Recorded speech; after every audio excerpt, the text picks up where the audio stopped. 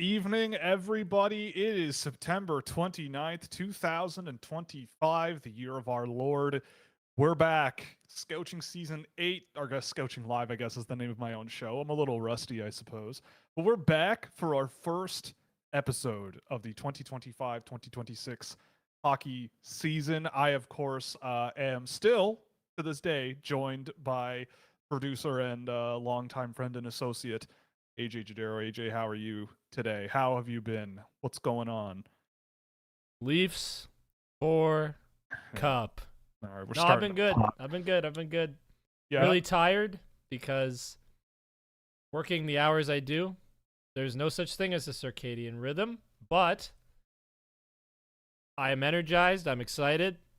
Hockey's back soon enough, and the Leafs are going to win the Stanley Cup. Not actually. It'll be the Carolina Hurricanes, but I'm always going to say it's the Leafs because I'm me, and that's why you love me. Hey, and by the way, AJ hasn't gotten fired yet. You're still working away. You're still at the same job, doing your thing. It's You're like doing well. 8 months. Yeah, some didn't have faith, but here you are. Who didn't have faith? I don't know. Some chatters, maybe some people in the interwebs. People, there's always haters. They're They're haters morons. everywhere. Yeah, sure. Yeah, that's it. There we They go. are morons, okay? Yeah, I mean, it's exciting to be back. I'm really, really excited about this. I've been looking forward to it actually for the last couple of weeks. It's been a little bit strange being away, and it's really, really nice to be back. It's a new season. I've been hard at work getting the foundation going for the year. We've been traveling all around the world through the computer to look at Through the computer. someone. I think it might have been you, Dayton, in the chat on, or in the post I made on the YouTube community page, where it might have been you who said, "Oh, I can't wait to listen to two guys talk about the next boy auction." And we're ready to go. It's time to go. We're right back at it. A whole new class. Of honestly, the crazy thing is, this is the first draft year where there are kids eligible who were born after I graduated high school. So that's getting a little bit scary. I'm a 35-year-old man now, and just every year, I don't know, it just gets crazier and crazier. So anyway, That's summer, nuts. our summer. AJ, did you do anything fun the last couple of months while we've been off? No, No. I'm kidding. AJ just did work. He just worked. I edited a lot of the honestly, my summer was work, edit the content that hopefully you guys liked and saw. Thank you. It seems like so. Yeah, it seems like it. I mean, we were blasting those out all summer. We hit 10,000 subscribers. Yes, thank you, Mom, for being the 10,000th subscriber. AJ's mom was the 10,000th subscriber. When I told her we were super close to 10,000, she said, "I want to be the 10,000th." They don't say how. They ask how many, right? And 10K is a pretty good start. So thank you, Mama. I love you. Yeah. We all love our moms, don't we? But yeah, I mean, we had a great summer. Huge update, huge achievements and lots of content going Oh, and around. Dylan's here saying awful content. Yeah, Dylan Griffin is the worst. Here we are, another year of Russian. He's already in my Discord DMs talking about 6'8" Russians that are playing in North America who might be good. So well, come on the show. Come on the show, Dylan. Yeah, we'll have him on the show, and we'll have a little chat with him because he's a good boy. He deserves it. But anyway, we are I mean, it's honestly, 10K blows my mind. I want to say I never would have thought we got there, but I feel like with enough time and hard work, I felt like we would probably get there. So the goalposts have been moved. And 1 trillion subscribers. Yeah, 1 trillion. Yeah, we want an Elon Musk pay package level of subscribers on this page. That's the ultimate goal, right? So we're ambitious, but we'll work at it. But yeah, I mean, I think the prospect pipeline videos did really well, and those are a lot of fun to put together. It's always fun to hear people's opinions on their own favorite team's prospects and everything like that. And you're so biased towards Detroit, exactly. But it is mainly Detroit. Detroit fans think I'm against them. I'm conspiring. Or Vancouver. Right. No, Vancouver's all right. Vancouver's been okay because they haven't really drafted all that much over the last few years, right? But I swear I saw something. Maybe Chicago is where we're floating. Yeah, you know what? That's the truth. disaster. That's It's actually a little true. bit of Chicago these days, but anyway, Look, I we mean, love you all. Okay, oh yeah, we don't discriminate. it's It is not. what it is. It's not the end of the world if we say, Gavin McKenna shouldn't go first overall, and let's get into that. Yeah. Well, okay. So yeah, I mean, I guess we can get let's do it. So I think the obviously the title of the show for tonight is a big one, trying to get off the ground and get boosted right off the hop and get people in here. But in all seriousness, I think the okay, first of all, I'm trying to figure out how to approach this topic, but I will say that the other day, AJ and I, I had the pleasure of watching a few of these guys at the top end of draft lists with Mr. AJ Jadero for his sort of unbiased, neutral take on these things, and I tried Unbiased to be neutral. I tried to be as quiet. I tried to be as quiet as I could about my own thoughts and feelings about these things and these players and all of that stuff. Mm-hmm. You did. And I mean, we both watched one guy named Gavin McKenna, and I didn't particularly enjoy my time watching him. That's not a knock against the dude, all right? No, it is not. Absolutely not. Unbelievably talented player, though. Like, unbelievably talented. Here's what I will say about Gavin McKenna. I think Gavin McKenna has the gifted kid problem. You know those kids you go to school with, they get put in the class that's like, it's the gifted class, right? Child prodigies, Yeah, you rely... The grandmaster chess players when they're 10, But not, no, not even, because those... okay, not even. Those, it's more like the really high rated chess player kids that are like 16 1700s when they're 10. You're so much of what he does is talent dependent, and it's like he's been praised for all the talent he has because he's got a tremendous amount of talent, but he really relies on it to do anything. And this is one game sample for me. Yeah, it is okay, one game sample for me. Yes. But it's just like some of the decisions are mystifying because it's just like, oh, let's make somebody look silly because I've got all this skill. Still, undeniably super talented, but he's not in the mold of a player that I love because he's not like going around the ice trying to get the puck back. Wasn't particularly fast either.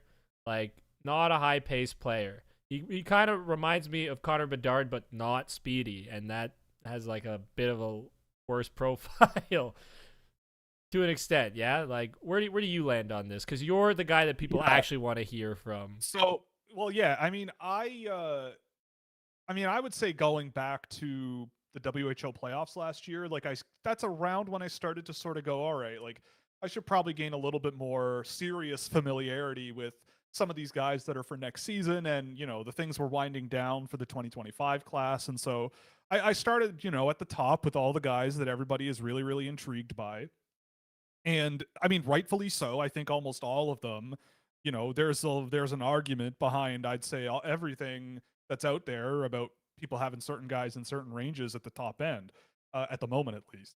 But the thing about Gavin McKenna is I think it's, I mean, AJ and I usually agree on everything with this kind of thing. Not everything, but a lot, I'd say. Yeah. A lot.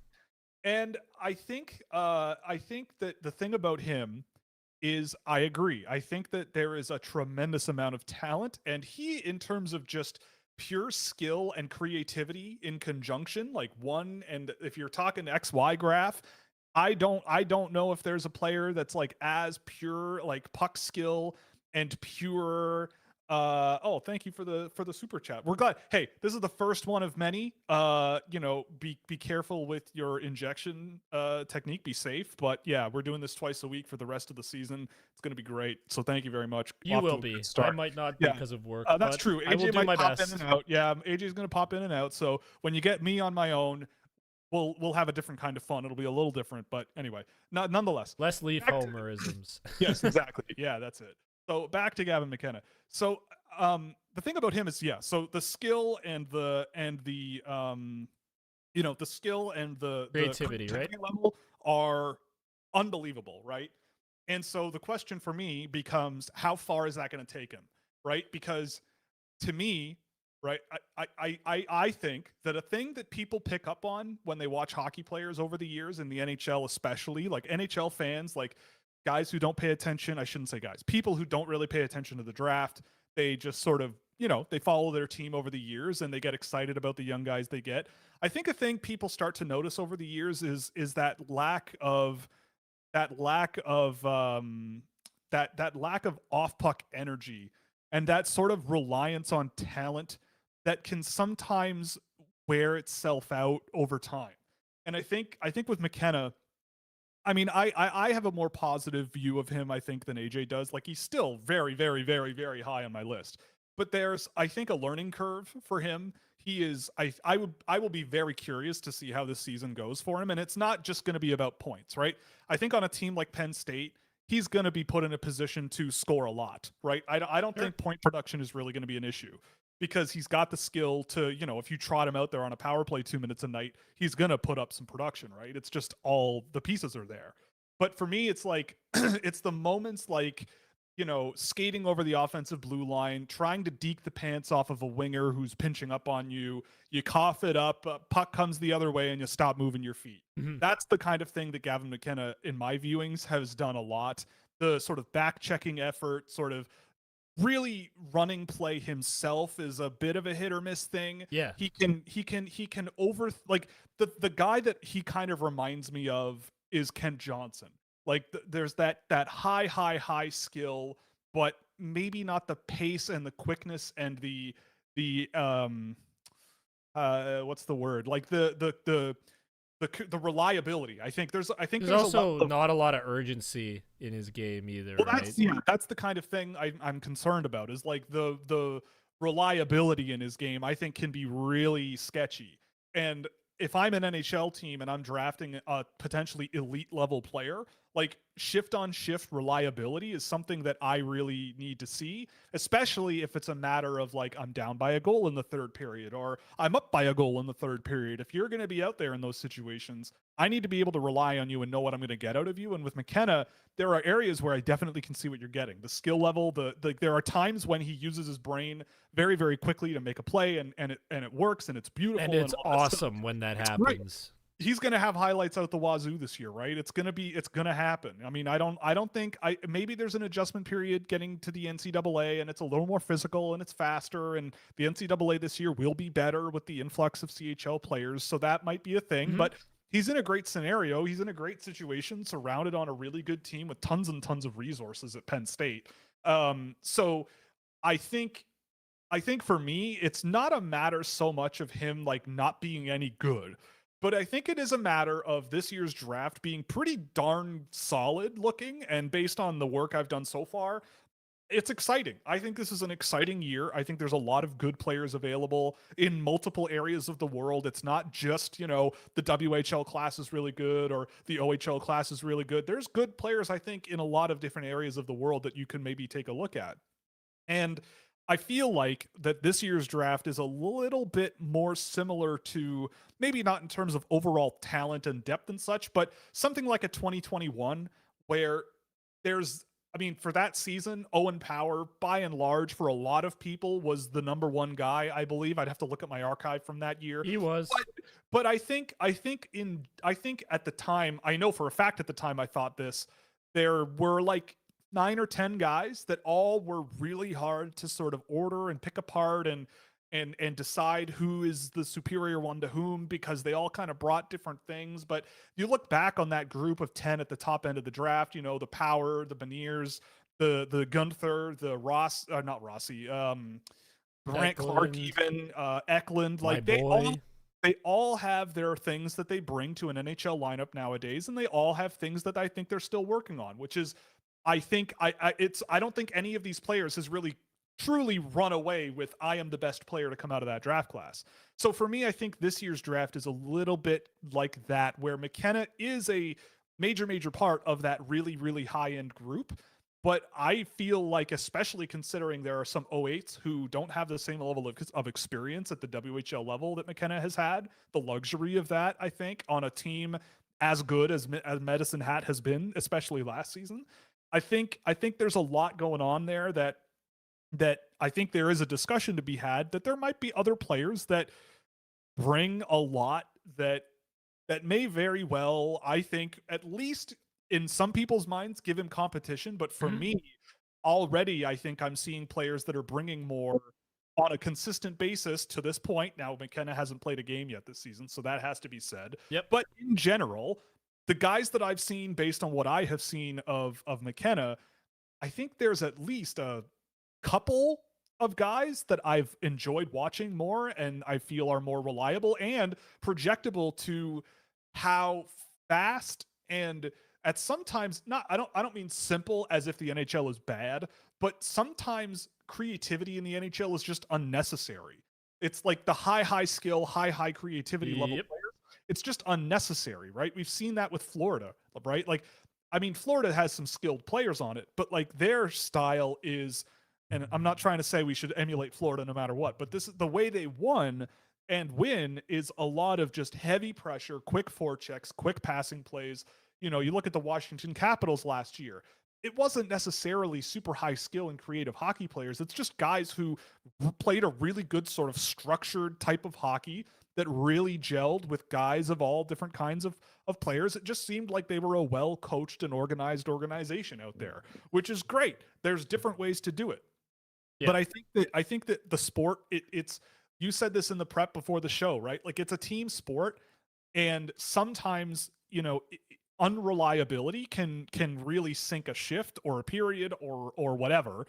And I mean, look, I think that looking back on a Connor Bedard from 2023, I watched him and I think I again, I'm not just patting myself on the back, but I was one of the few people who looked at the data that I had on him and looked at him as a player and said there might be growing pains here for him as an NHL player, because the NHL doesn't operate like how Connor Bedard operates, which is give me the puck, I will do everything and get it in the offensive zone, and I'm just going to shoot it more than anybody else, get my own rebounds and send pucks to the middle and try to set up my line mates, and I'll shoot from the goal line if I have to. I'm just going to go. And you look at sort of the spray charts of where Bedard is shooting from. His defensive game at that age was not very good, and it's still in the NHL is not great. He is, I don't know. I always felt, I don't know that it's going to improve that much either, right? Like, yeah, it could, but my thing with him was always, I want him on the wing.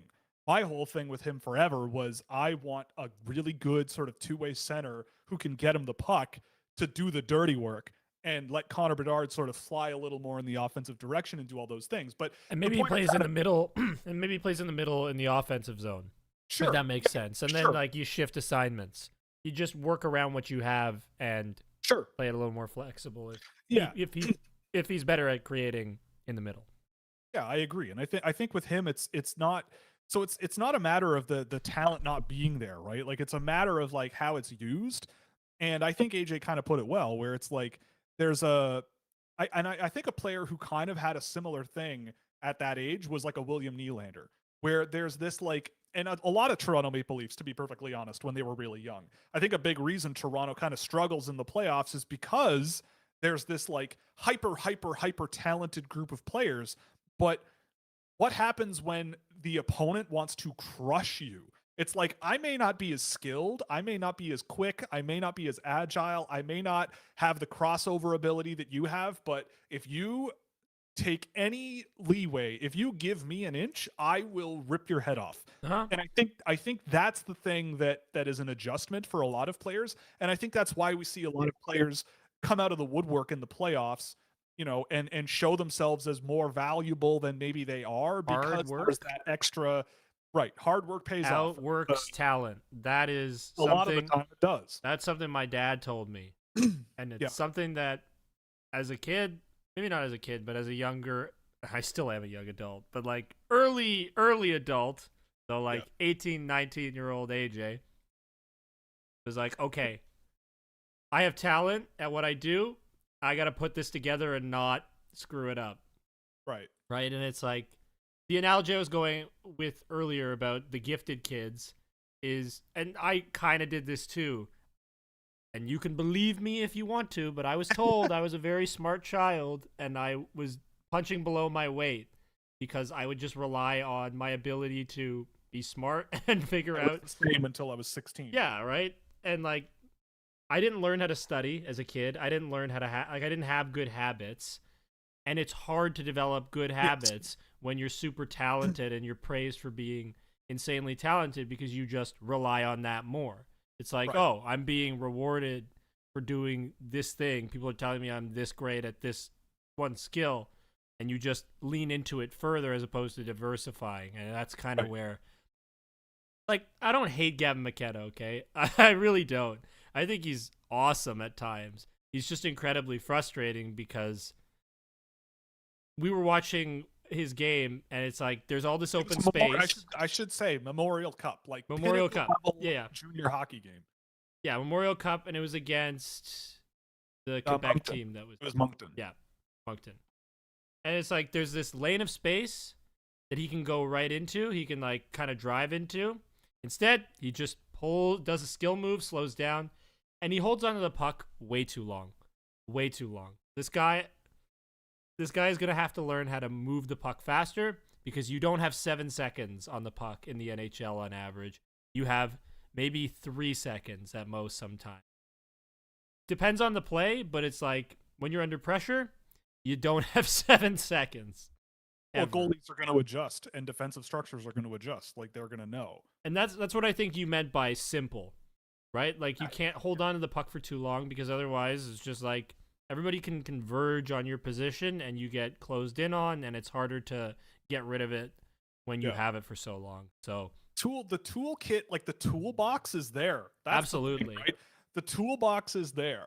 It's just going to be a matter of like growth and like adapting in his game. I will be very, very curious to see how this year and getting goes. faster, I think too, and stronger. That would help. That would help. And luckily, he's not like 5'8", right? Like this is a 6 foot tall guy, and there's I think there's a really impressive guy here. But the thing here is he also kind of checks a lot of boxes for me that like I feel like NHL teams should be a little spooked by this guy. Like it seems like the discussion is like, I mean, we put the quote from Elite Prospects in the thumbnail, but like it's like if you don't have him at 1, you're looking for attention, and it's like I don't know about that. Like it feels like NHL teams, maybe they have some people on the staff kind of questioning it a little bit, but like I don't know if there are. I don't know if that's true. I think there is a lot more evidence of stuff that like I feel like NHL teams should be a little spooked about. He's a winger. He's really slender. Maybe that's changed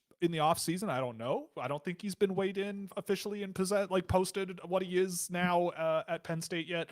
But at the end of the day, like there's a lot of things about his game. There's a lot of skill and there's a lot of finesse and creativity, but like the application of it is really mixed, and he's had some really mystifying moments, and like he kind of can play with a quick pace of play sometimes, and other times he kind of just like plays on his own and just kind of wings, like he plays like he wings it a lot. And I don't know if you want to wing it in the NHL, like you got to be one of the best players in the world. You can't do it consistently, though. And I don't know if you do it consistently, right? Like, there's no way you can do it consistently because you have to have multiple tools that you can go to, different things that you can pull out, because that'll make you more deceptive. It'll be harder for teams to pick up on what you're going to do. But McKenna, it's pretty simple most of the time. It's, I'm going to do something to make you look silly, and I'm either going to look silly or you're going to look silly. Right. So on that note, I think after all that, I think we should talk about who maybe was more impressive or not more impressive, but more intriguing and might actually be a player that could be on the list ahead of him. I mean, right now, as of this moment, I don't have McKenna at 1. I don't. Maybe I'm looking for attention. You can say that. Do you want to reveal where you actually have him? Because it might shock people. I have him at 4. So you moved him up. I moved him up. I watched the guy. We'll walk through it in a minute. But right now he's number 4. But the guys, I would say that, we watched 2 of these guys together. Yes. And you and I were both absolutely blown away. They were awesome. They were so much fun. That was Mathis Preston and Preston and Lawrence. Yep. Honestly, like, look, here's what I'll say.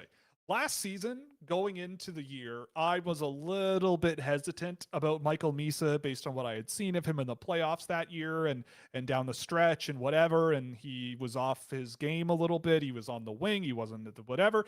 But the first time I saw him play that fall, I went, okay, yeah, this guy's unbelievably good. Like, it did not take very long for me to go, nope, I was wrong. I blah blah blah blah blah. This is ridiculous. I can't believe how good this player actually is at playing hockey. Tyden Lawrence was that for me at the Holinka tournament this year. He hasn't played a game yet this year, but I watched every game of the Holinka that he played at, and obviously that's a summer hockey tournament. But holy God, I mean, you want a player that can take over a shift, right? Like that semifinal game, I'm never going to forget it. That semifinal game against the United States, if the US didn't have Brady Noling in net, Canada wins that game strictly because of Tynan Lawrence. Like every shift, all over guys, every shift, both ends of the ice, creating for others as well as creating for himself. Like this is not a pure skill, pure energy guy. This guy brings a lot of everything. And I think with Lawrence, like I feel like I feel like as a person, I'm generally decent at like setting things aside and knowing when knowing my expectations. And if something is beating those expectations, to be honest with myself and go, okay, yeah, no, I'm gonna dig into this a little more. And Tynan Lawrence was a guy where that's a pretty interesting sign when I go in going, yeah, I'm interested in this guy. Like first round pick for sure, like top end of the first round. Yeah, sure, I We'll could see We'll that. see. Yeah, and then you watch him play like when he's 17, like he's also barely 17 years old, like he's young, and you watch him and you just go, holy crap, this kid can play. I didn't remember this from last year, but this guy rules. And I feel like you said the same thing, similar things, I would say, from watching that game. And I think that was the gold medal game against Finland that we watched. But he was great. We watched a game. Yeah. And I watched that whole tournament, and that was not unusual. He was unbelievable at that tournament. And I honestly I mean, look, if Gavin McKenna were at the Holinka, I'm sure he would have had a great tournament too, but that's why he's also at the top end of the draft. And the other one is Mathis Preston. God, I love Mathis. Dude, Mathis Preston is a menace. He's a freak. Like this guy, like here's the thing. It's a similar story with Mathis Preston, right? Like I watched a lot more of Preston last year than Lawrence, and I was unbelievably excited about him as a player. And I looked at Mathis Preston and I loved how he played at the Holinka tournament. I loved everything he brought to the table. Just the way he combines everything together is I think there's a level of energy and skill and finishing ability and creativity too. Like he's stupidly creative with all of that packaged together. And he does things quick. He makes things happen quickly. That is part of the pace conversation that I think is important. How fast you are with your puck touches and making quick decisions, getting it away. It's like you want to absorb pressure, create space, send it somewhere else. And then it's kind of like you kind of have this monkey in the middle dynamic, but not entirely, where the team that doesn't have the ball, like the puck in this case, is chasing it, and then you send it back the other way. So it becomes harder to get it. And that's what Mathis Preston does really well. It's what Gavin McKenna needs to learn how to do. But he's super talented, so we'll see. Yeah, I mean, Mathis Preston is just a mind-blowingly good player. Like the thing that I think about him is I watch him play this year especially and think about how he was even at the Holinka tournament in August, right? Like the I think the issue with Preston last year was that he was very shot heavy. Like he was very shot focused and very volume shot focused, and you just kind of sometimes watched him play and you're just like, dude, like take another half a second, right? Take a look a little bit more, maybe try to thread a pass instead of shoot it from the boards, think a little bit more about what else you could possibly do. And at the Holinka tournament, he was, I thought, also unbelievable at that tournament. But I also feel like at that tournament, you did see some of that where you kind of like for every 3 awesome, incredible high-end plays he was making, he would make 1 or 2 where you're just like, ugh, like just You're so close. Yes, it's like I see what you're trying to do, and you do 85% of the thing that Just works really, tweak really it, well, and then you tweak it slightly. then you just pop it into someone's shin pads, or you just pop it into the net, turning and shooting blindly. It's like, I know you do so many good things, but then now with Spokane this year, I think he's just been incredible. I mean, we watched a game of his when he played this year. It was the most disgusting, one of the most disgusting things I've ever seen in my life. There were a couple of moments. He was so gross. There were a couple of moments where you're like, oh, that wasn't awesome. But again, very young for the draft. But then he'd go and get it. But then he'd go and get the puck back, though. Yes, that's the difference. Would go get it and do something awesome. Do something incredible. And like, I'm okay with that. I'm willing to live with you make a bad mistake, but you're able to go back and fix it. Look at William Nylander. People hated William Nylander for that for years. And honestly, this guy might be that type of player. Like a William Nylander, all-star, superstar, high skill, high producer, high energy, both ends of the ice. I actually think that's a pretty apt But I think that's the type of player we're looking at. And I don't know. I can't say enough good things about him. I think he's just unbelievable. He plays like a superstar. Like he plays like a kid who will, and also does it in a way that I think as it grows and as he matures, he's being more selfless. Like he's doing that for everyone else too, right? Like Chase Harrington is on his line. I think he's a good player too, but I will be very curious to see how Chase Harrington lines up with Mathis Preston. At least he was on a line in the game that we watched. But yeah, I mean, unbelievable player, ridiculously talented, but also puts it together in a way that he's intense. Seen. That's something I love. Seeing guys who just give so much Fs when they're out there. You can tell. This guy just wants to go out there, do the best thing he can for the team and win. And that is the types of player I love. And it's not a physicality thing either. Nope. No, it's a get the puck back kind of thing. It's a get the puck back and find a way to get it in good position. Like that's the way to do it. And he does it really, really well. I will not be stopped. That is the attitude. Yeah, exactly. And I'm gonna challenge everybody in the offensive zone. Like and I will do whatever it takes to not be stopped. Right. So those two guys are the guys that I adore, I think, this year already. I'll be very curious to see how things go with Preston and Lawrence when he does. So who is your number one guy of the two of them? I mean, right now it's Preston because I have a lot more experience seeing him, and Lawrence hasn't played yet this year. I don't have that luxury.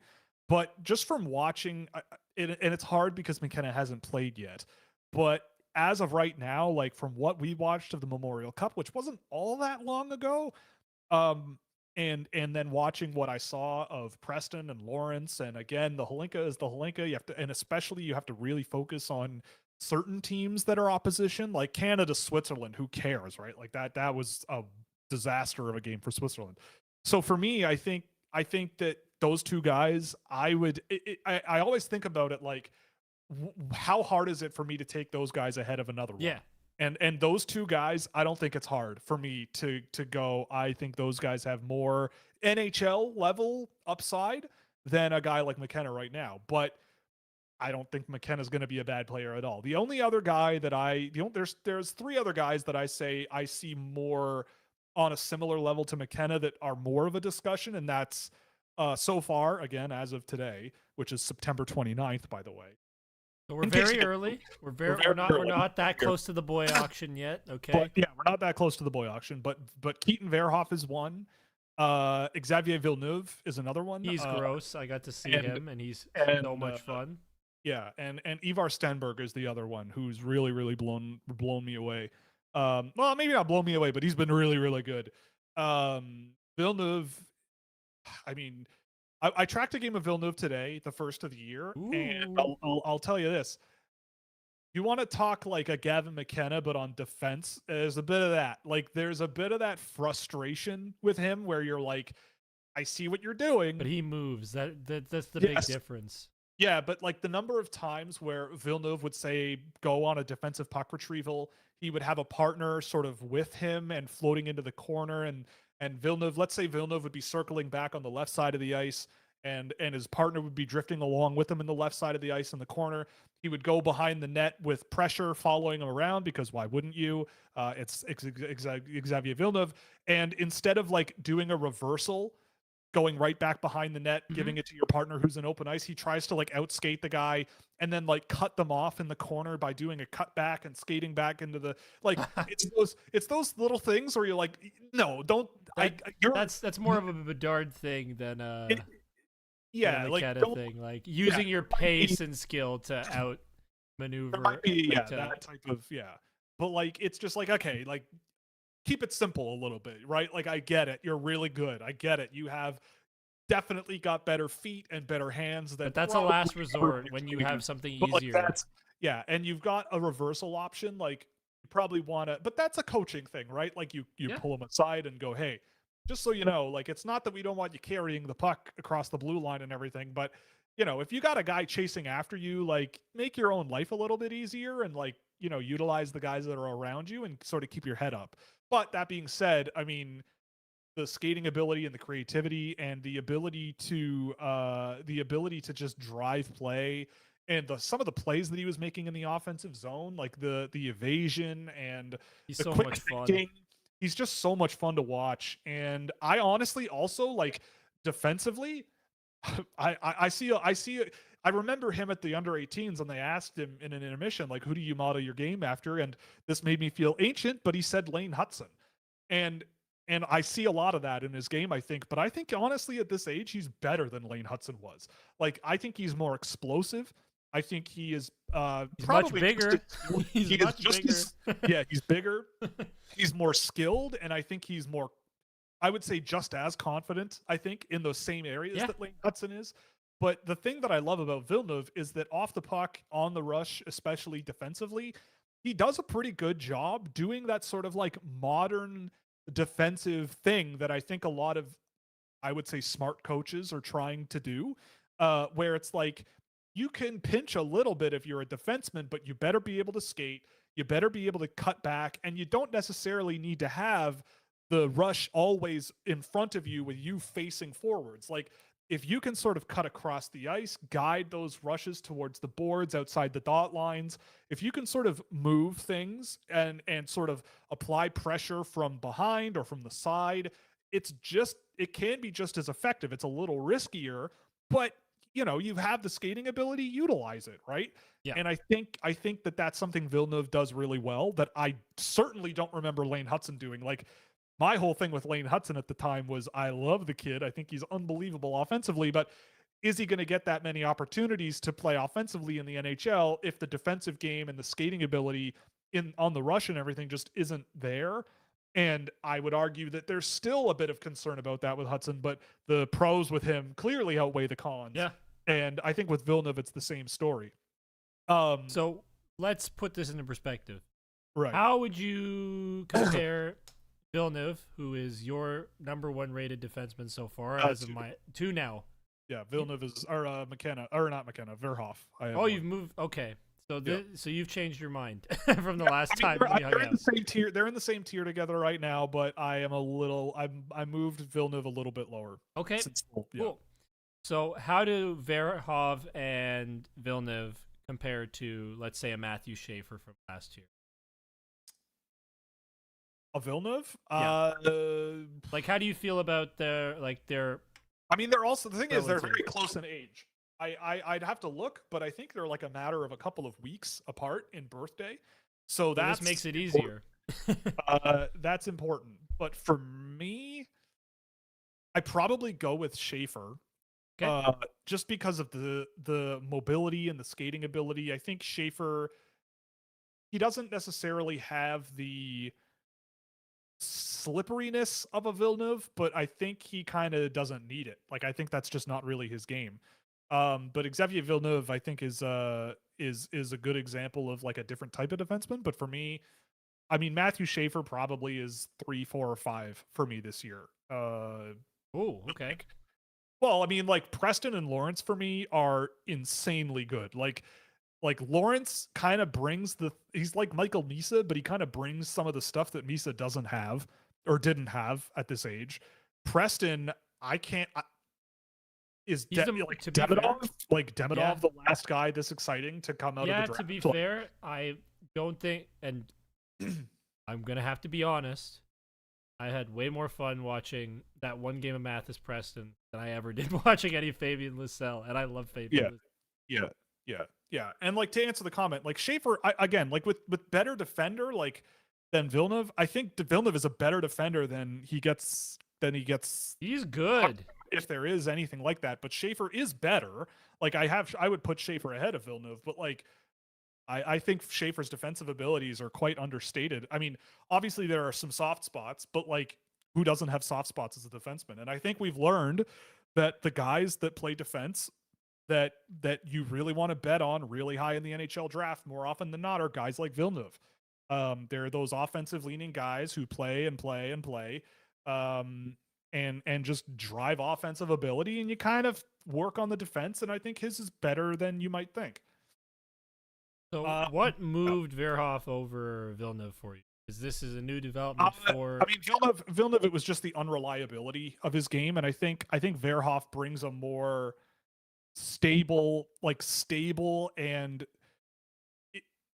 he kind of like Verhoff. There's an like the way he uses his frame.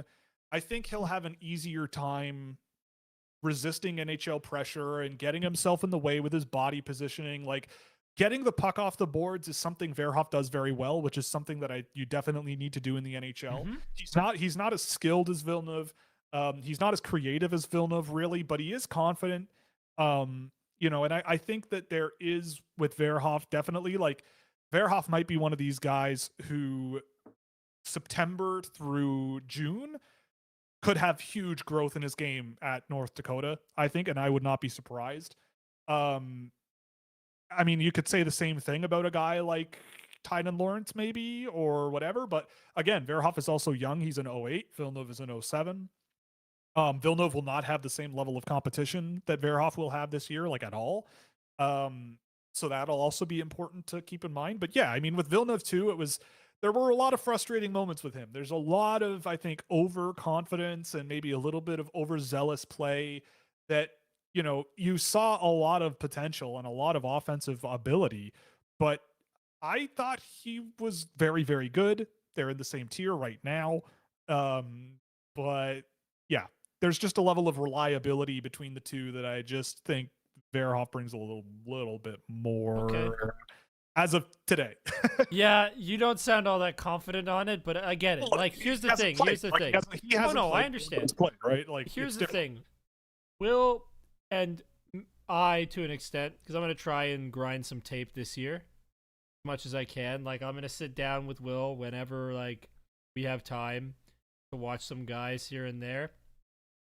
But your mind changes constantly because the margins are always super thin with players. Like, it's really hard to rank guys in anything. It's why you have a hard time drafting your fantasy hockey team or drafting your fantasy football team. It's like I got Jamar Chase 3rd overall, and I thought, oh, I'm sitting pretty all season. And then Joe Burrow goes out, and that completely changes how good he's going to be all year. Yeah. Environment matters, and it's hard. It's hard to evaluate through all the noise that's around. So it's just you're trying to take the best bet that you can make with the information that's given to you. So I get it. Yeah. I mean, that's the tough part, right? Like I agree. I think that it doesn't take very long to look at a draft class and go, the margins, it might just come down to like a coin flip and how you use them. Or like simply a conversation that somebody has with these players that flips the switch. In their mind, right? Like, really, that's what's done it for me in my life is like small things where I'm just like, no, but I'm serious. Like small things where I'm like, you know what? If I put a little more in here, I can really do something special. It's like, you know what? I'm going to shut up while I'm at school and I'm just going to go in the edit suites and just cut up as much like highlight packs as I can and focus on making this the best stuff that I can. And then I'll talk with everybody after once I have the best thing on the screen. Yeah. So yeah. No, I agree. Yeah, I mean, honestly, I think we've yapped enough for now. I'm sure there are questions Yeah, that yeah. we should get to by now, and Well, I think we can let this by be. the way, Yeah, go ahead. I do want to say, like, this year, I kind of want to try to keep up with the questions once we get into the show a little bit more. So if you like it might not be chronological order, like going from the top, because I feel a little bit strange about people waiting an hour now to like get their questions Yeah, answered. So like if you feel like you want to just like repeat your question and whatever, like do so, and we'll get to drives it. engagements, so And we it don't does drive care. engagement.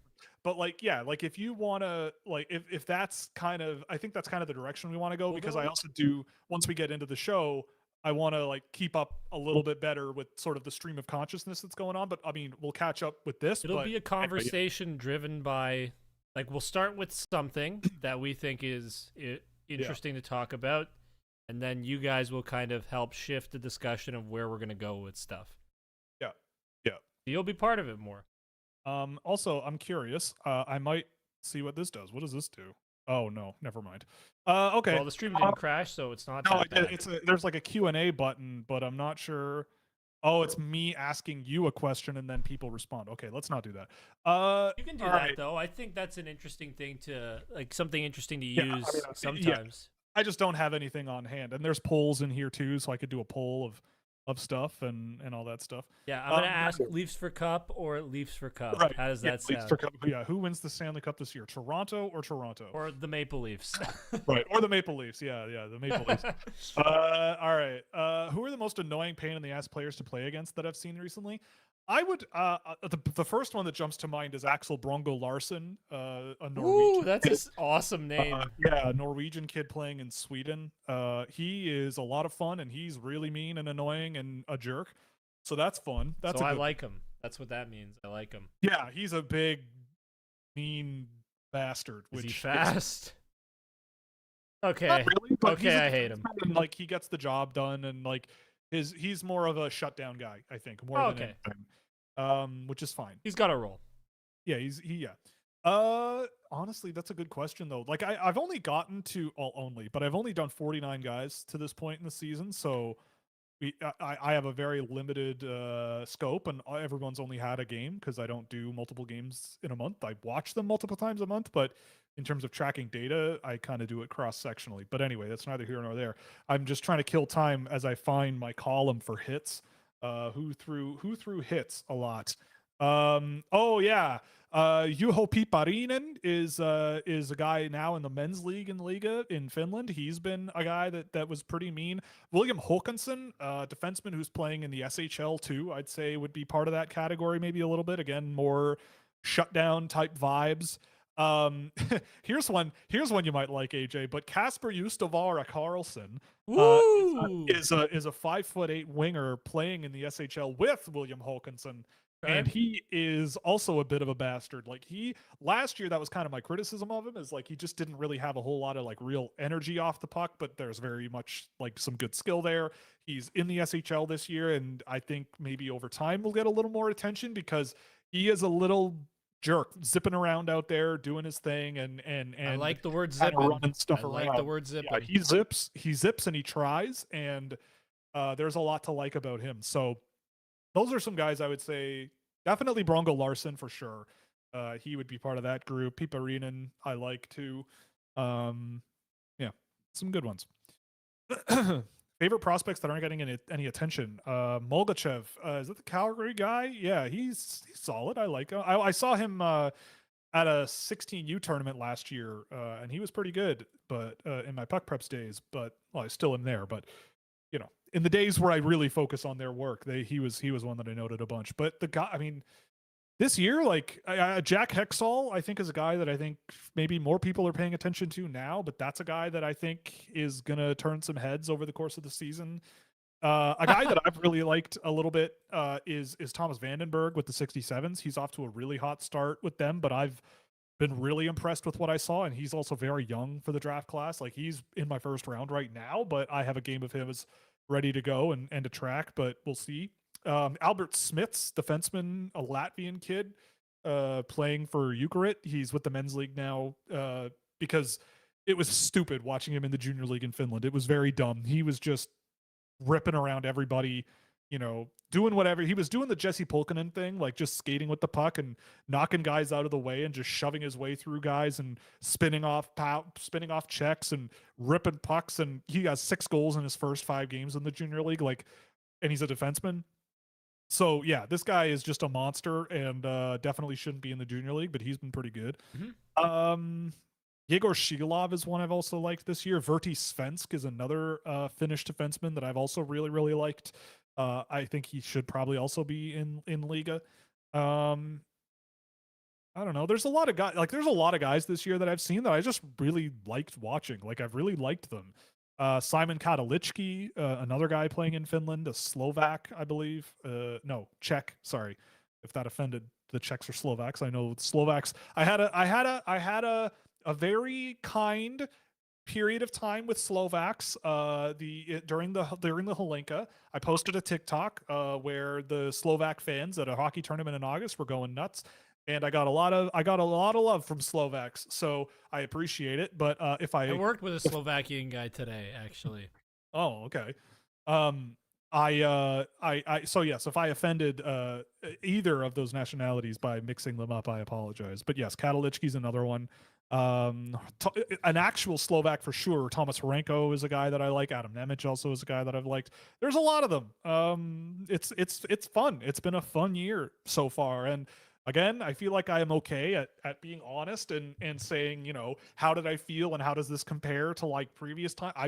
It didn't take very long for me last year to go, okay, like I guess this is how it's going to be. This year, it's I think a lot more engaging. I think there's a lot of really intriguing players out there to poke around on.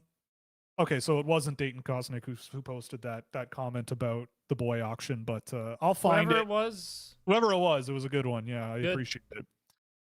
Is Julian D'Amiglio the next Mike Bossy, a goal per game in this season? I'm going to pretend the answer to that is yes, because I have no idea who. I don't have enough of an idea of who Julian D'Amiglio is, but I'll put him down as the first guy that chat has given me to take a look at, and I'll take a look afterwards. Oh, he's an 06. Okay, so he definitely is Mike Bossy. Yeah, definitely. And he plays for the Steelheads. So yeah, I knew it. I knew it was gonna be a Steelheads guy. 3 goals in 3 games. He is an OHL rookie as an 06. So yeah, we're looking at Mike Bossy for sure. Wouldn't it be funny if he actually did turn out to be an incredible goal scorer? Oh, that'd be fun. All right. Is Frank Nazar really that good, or is it just preseason hype? I don't know what kind of hype he's getting. I did see a little bit of Chicago's preseason hockey because they're a fun team to watch.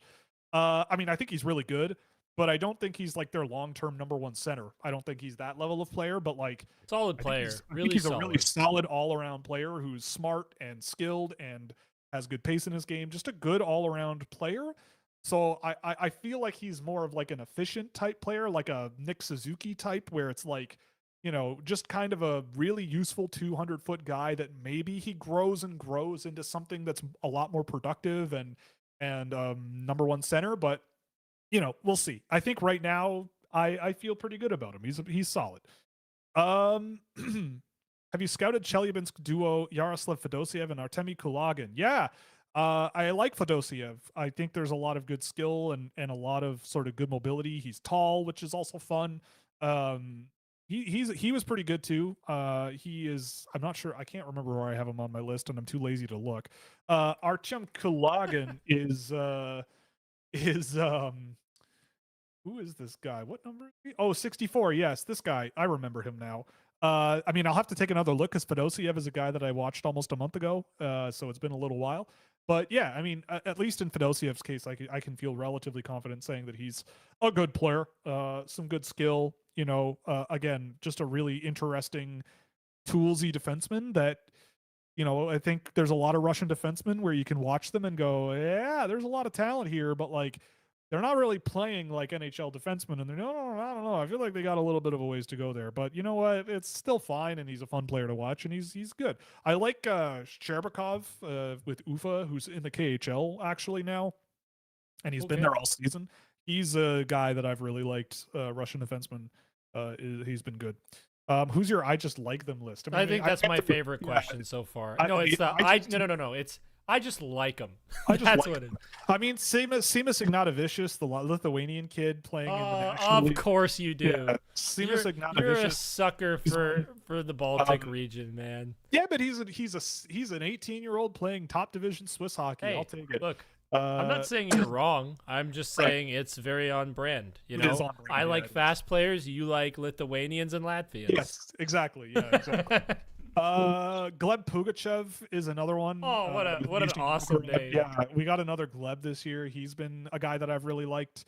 I'm kind of intrigued by Oliver Suvanto. I know that he's been getting some first round looks from people, and I kind of see where they're coming from on that, but he's a little bit lower than that for me. Max Isaacson, I like him out of Sweden. There's a kid. Here's a good one. There's a kid. I don't know if Mikhail Holm is here. If you are, please say so. But if you're not, then say so. Please. Yeah. So show up. We're telepathically communicating to you, Mikhail. Yeah, he can't say he's here if he's not here. So it's funny because I said for him to. Anyway. I'm actually telepathically communicating with his cat. Okay. I'm trying to get his cat to go scratch his foot. Yeah. The same foot he used to move a mouse around for his old job. There's old job many years ago.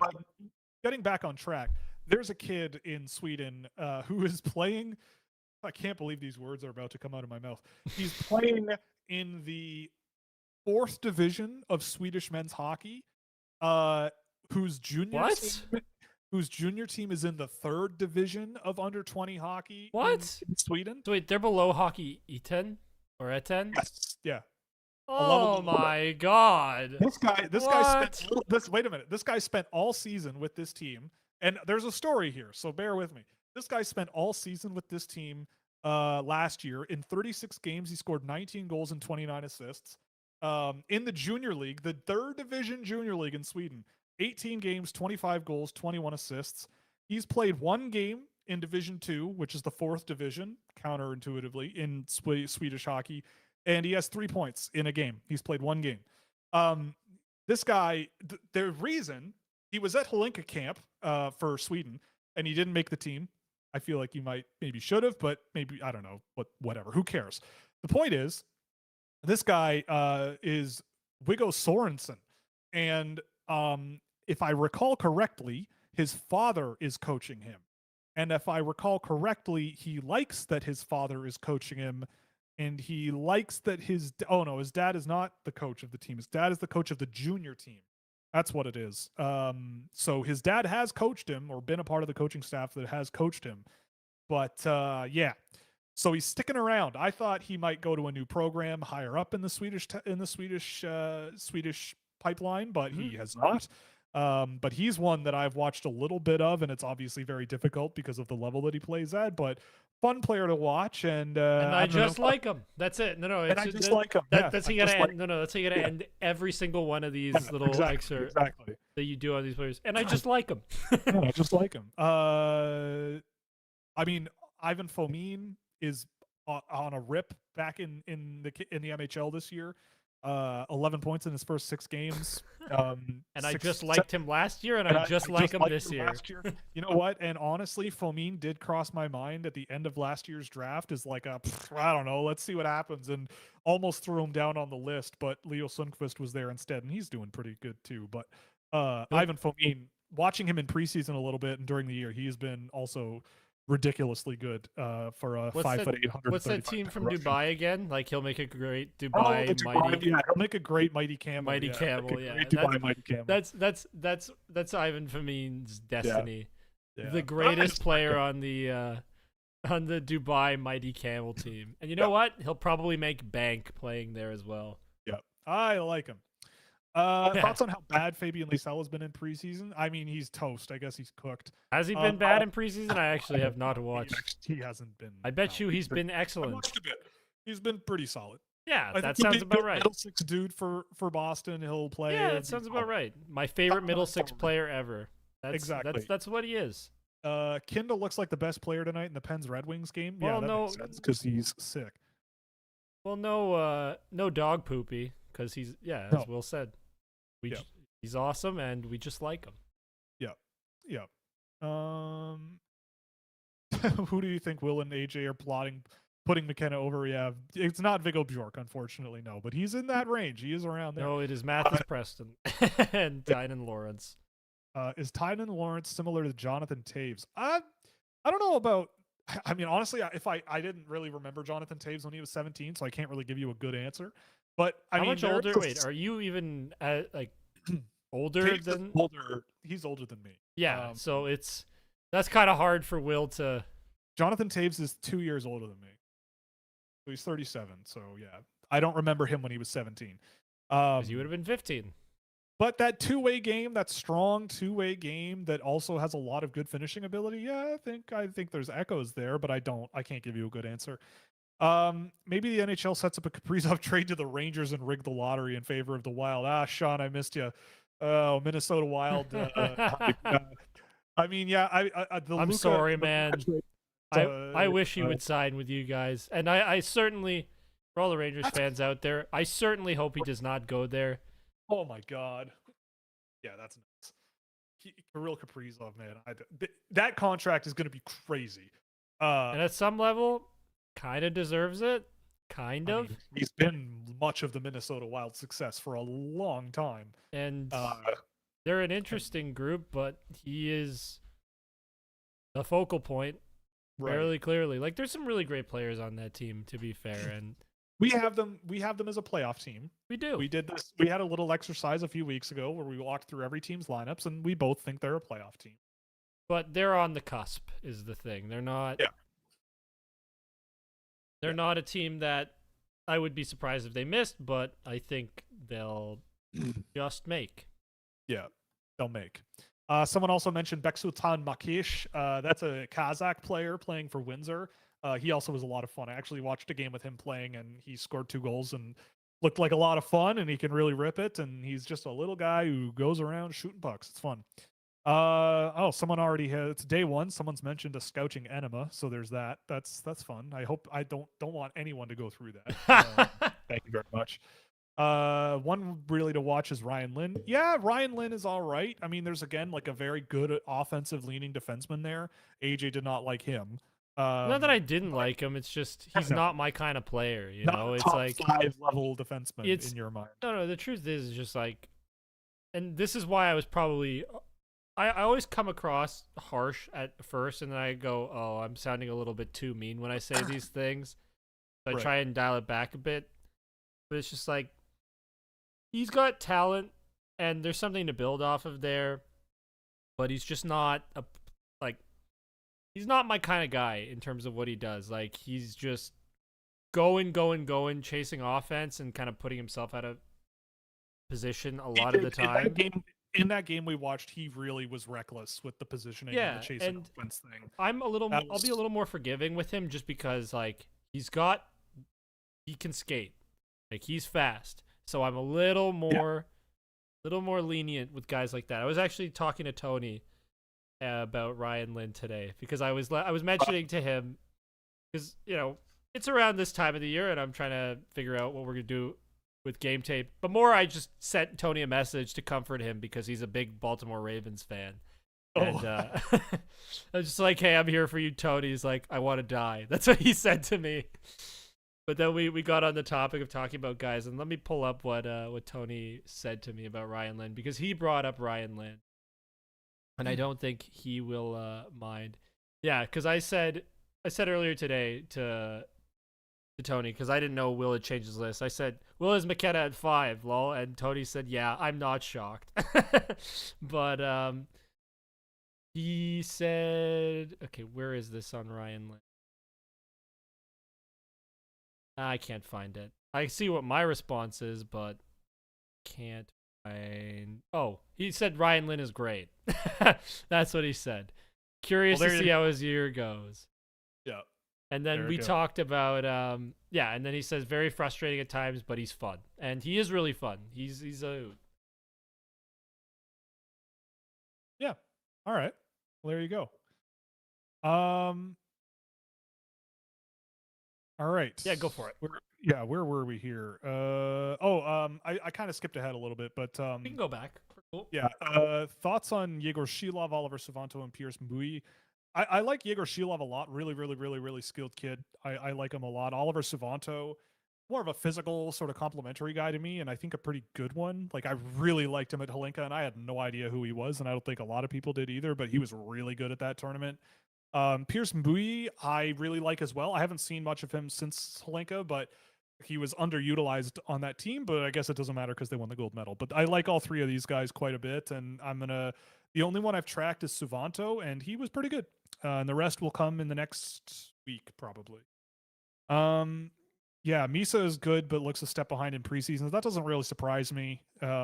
He's going to be a slow burn. I think he's a guy that San Jose's playing with found money with him. I think he'll be fine. Yeah, you got your 1-2 punch down the yeah, middle, which is, like you just and be it's an patient. incredible 1-2 punch for the future. Like usually, I'm not super bullish on guys who everybody thinks, oh, it's a 1-2 punch of the future. This is a legit 1-2 punch of the future for San Jose, and I'm super excited for them because I love the Sharks. I love the jerseys. I loved the Sharks as a kid too. Like I used to watch, like Yahoo used to have like these highlights, and I would just spend hours watching the Sharks and all the other teams. But like I would go to the Leafs first as a kid, and then I would go watch the Sharks and the Lightning. They were the teams that I just Right. So go Sharks. Is Luchenko making the NHL this year? It'd be sick, but I'm not really confident. Yeah, I'm not holding my breath, but yeah, no. I think did Guelph get the Memorial Cup, or is that not this season? I forget. I don't remember. I'm rusty. I'm a little slow. Oh, it's in Kelowna, right? I remember that now. They're bidding for it, so Luchenko won't be there when they get it. Who are some of the defensemen that you're looking forward to watching most this year? I mean, definitely, there's a lot of them. I think. Obviously Verhoff, Villeneuve, Malte Gustafsson's pretty decent. Ryan Lynn. I like Schmitz a lot. I like Sherbakov quite a bit. Axel Elofsson, Verti Svensk, Chase Reed, Joho Piparinen, William Hulkinson. Like all these guys, Carson Carrolls, they've all been really good when I've seen them. There's other guys that I haven't seen as much of that I like. Ala Lowry, Dravechki, Chartron. There's a bunch. It's a fun group this year already. Like I'm having a good time. It's fun. Favorite let's see, favorite 27 prospect outside of Landon DuPont. Pass.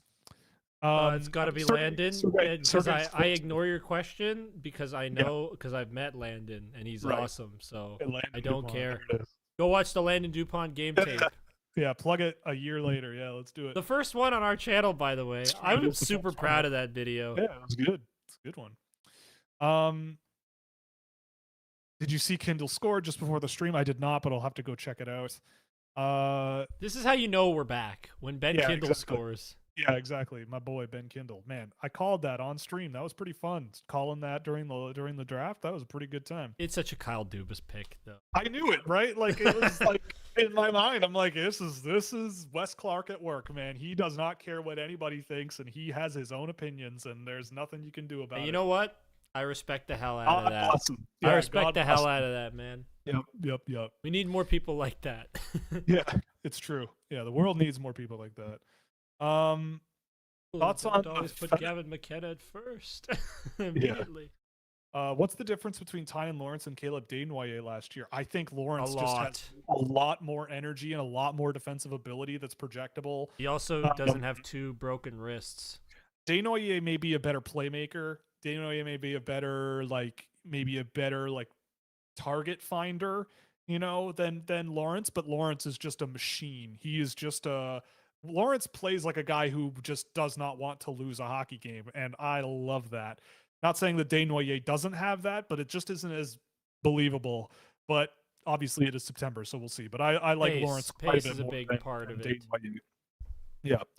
Thoughts on the Fedotov trade? Ivan Fedotov? I mean, this is why I don't get super excited about goaltenders, right? Like, the goaltenders are just, you never know, really. You never really know. Getting a guy where they drafted him to play goalie for you at all is a win. So it doesn't really matter, and you got to pick for him. So that's great.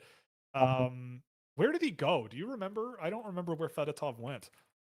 He went somewhere. Yeah, they traded him. Right? Yeah, Columbus. They traded him to Columbus, where they have all the Russian goaltenders apparently. Um, Pyotr Andrianov comes to mind, but yes, he is a member of the Columbus Blue Jackets now. So yeah, I mean, we'll see what happens. But Yeah. um, Preston and Villeneuve thoughts. We went over them. I love them both. Preston is numero uno for me right now. I adore him. Yeah, I think it's the right call because we were talking about should Tynan be one, Yeah. and you know what, Mathis is just so much fun. Like honestly, imagine Mathis Preston on like an Arizona Coyotes team that still exists there. That team sells out. They sell tickets. They sell tickets with that guy in a way that they. And I mean, they had really fun, skilled players, anyways, but not like. Not that Clayton Keller isn't as good as Mathis Preston, because honestly, Clayton Keller's awesome, and he's also in the NHL and Purdue.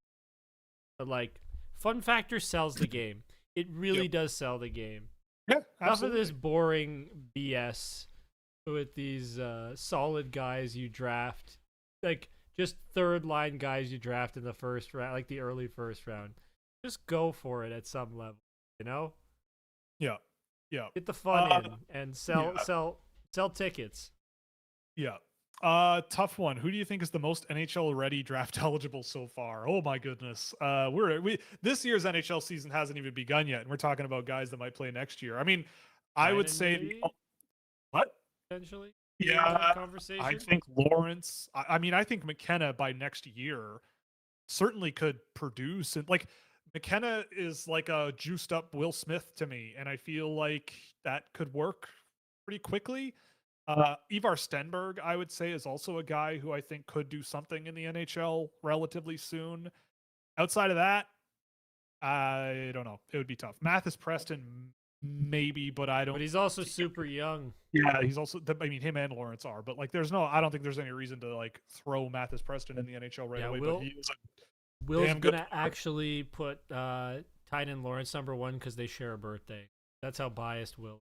Yes. That's true. We share a birthday. He was born on my 18th birthday. So yeah, that's true. And he's about to become an adult. Right. He's gonna become an adult next year. That's true. And the wheels could completely fall off. He'll still be my #1 because we share a birthday. Opinion on Tommy Blyle, a good player. I like him quite a bit.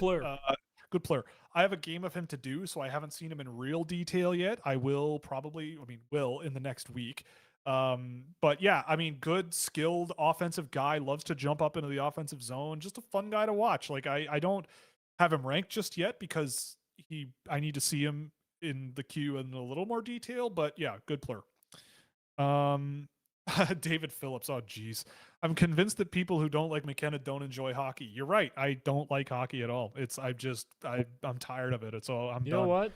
Yeah. Nobody likes hockey as much as you. All right, David. That's true. Nobody can sit and strain their eyeballs on watching the most 80 goalies. The most useless Russian players and goalies that you can find. And then every once in a while you're like, "Oh, here's a good one."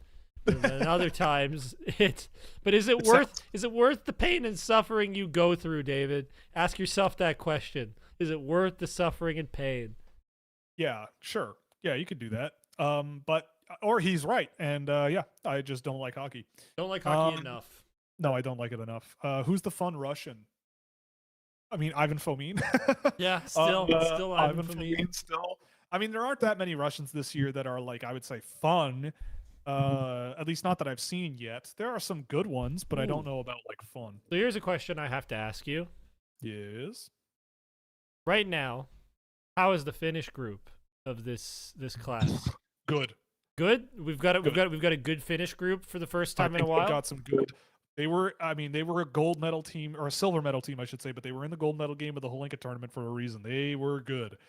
They have was it a lot. Gold medal, or was it the bronze? Canada.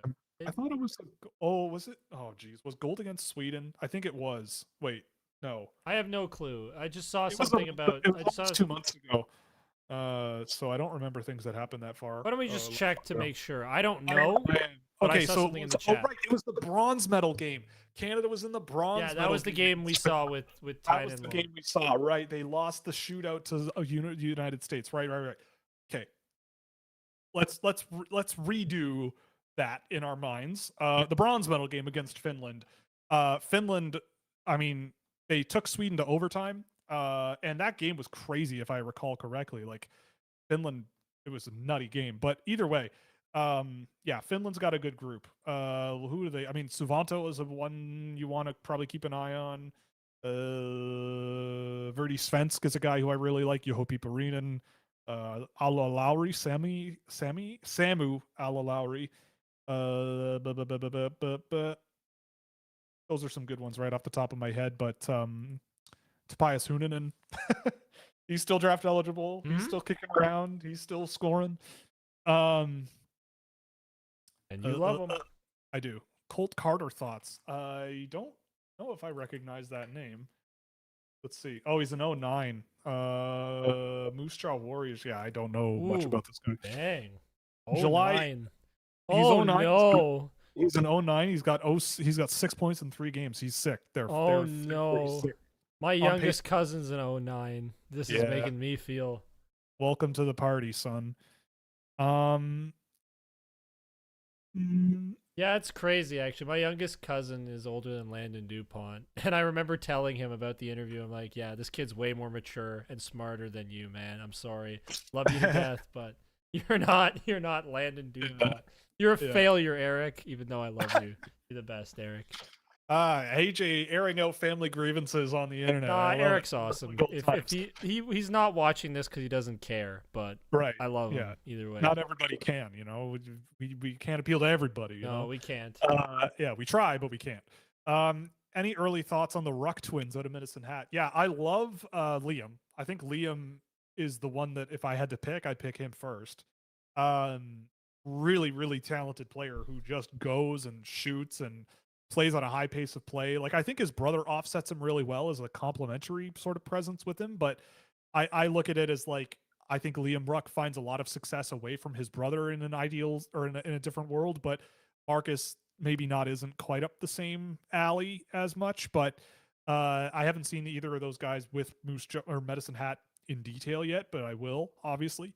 But every time I've seen them and the Halenka, like I feel better about Liam, and I just think he's a really, really, really talented player who I think could bring a lot to a team in the NHL. Thoughts on Bogdan Belousov? Oh, we got our first random guy. Let's see if he exists. Is David Phillips? Oh, he's a goalie. Is this a goalie? Yeah, a goaltender. Yeah.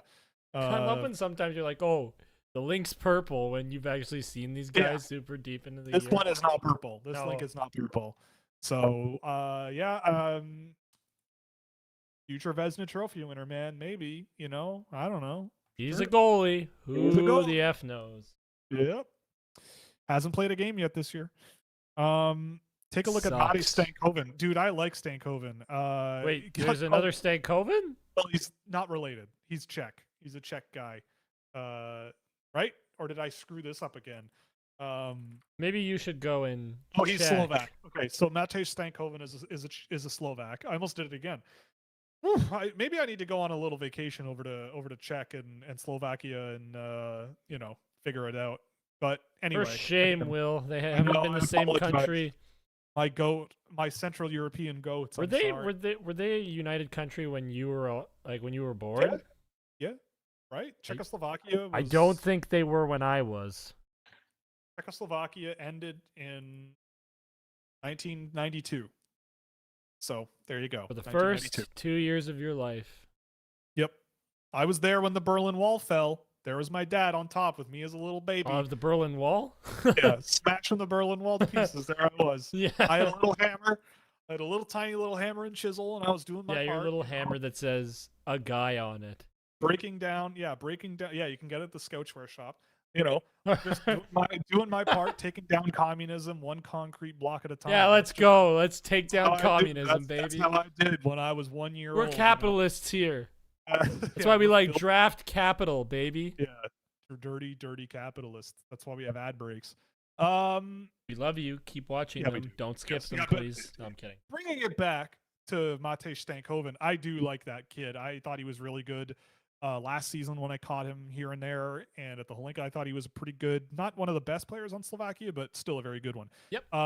Called compared to Kaprizov is a little bit goofy, but he is on the list to track in the next couple of days. I have a game of his ready to go, and yeah, I like him. Good player. Boop boop boop. Thoughts on Robert Shekarish? That sounds like a Hungarian person, and that I'm pretty sure I properly identified. Oh, he's Romanian. Damn. Oh, but he plays in Hungary. He plays in Hungary. Oh no, he doesn't play. He plays in the Hungarian league, but plays in it for a team in Romania. Which I did not know existed. Honestly, That's awesome. I did not know they had. He's 5 foot. He's a 5'7" defenseman born in 2007 who plays in the Hungarian top division. Not that I don't even think there is a second division in Hungary. Sure, maybe he might be the greatest Romanian to ever play hockey. He might be the greatest Romanian to ever play. I'm worried Buium is going to be another Ty Smith, but his playoffs and preseason have been yikesy.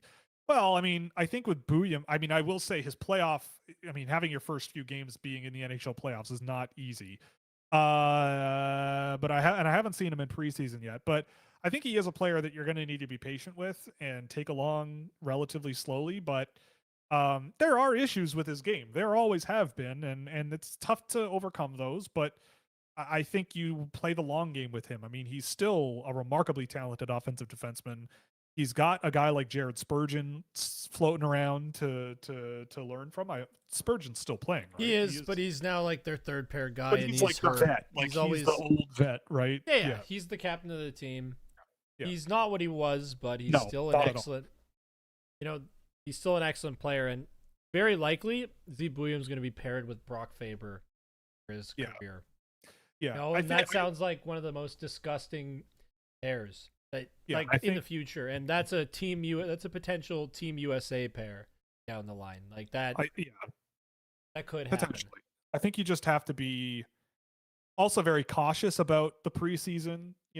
Like it's a bit noisy.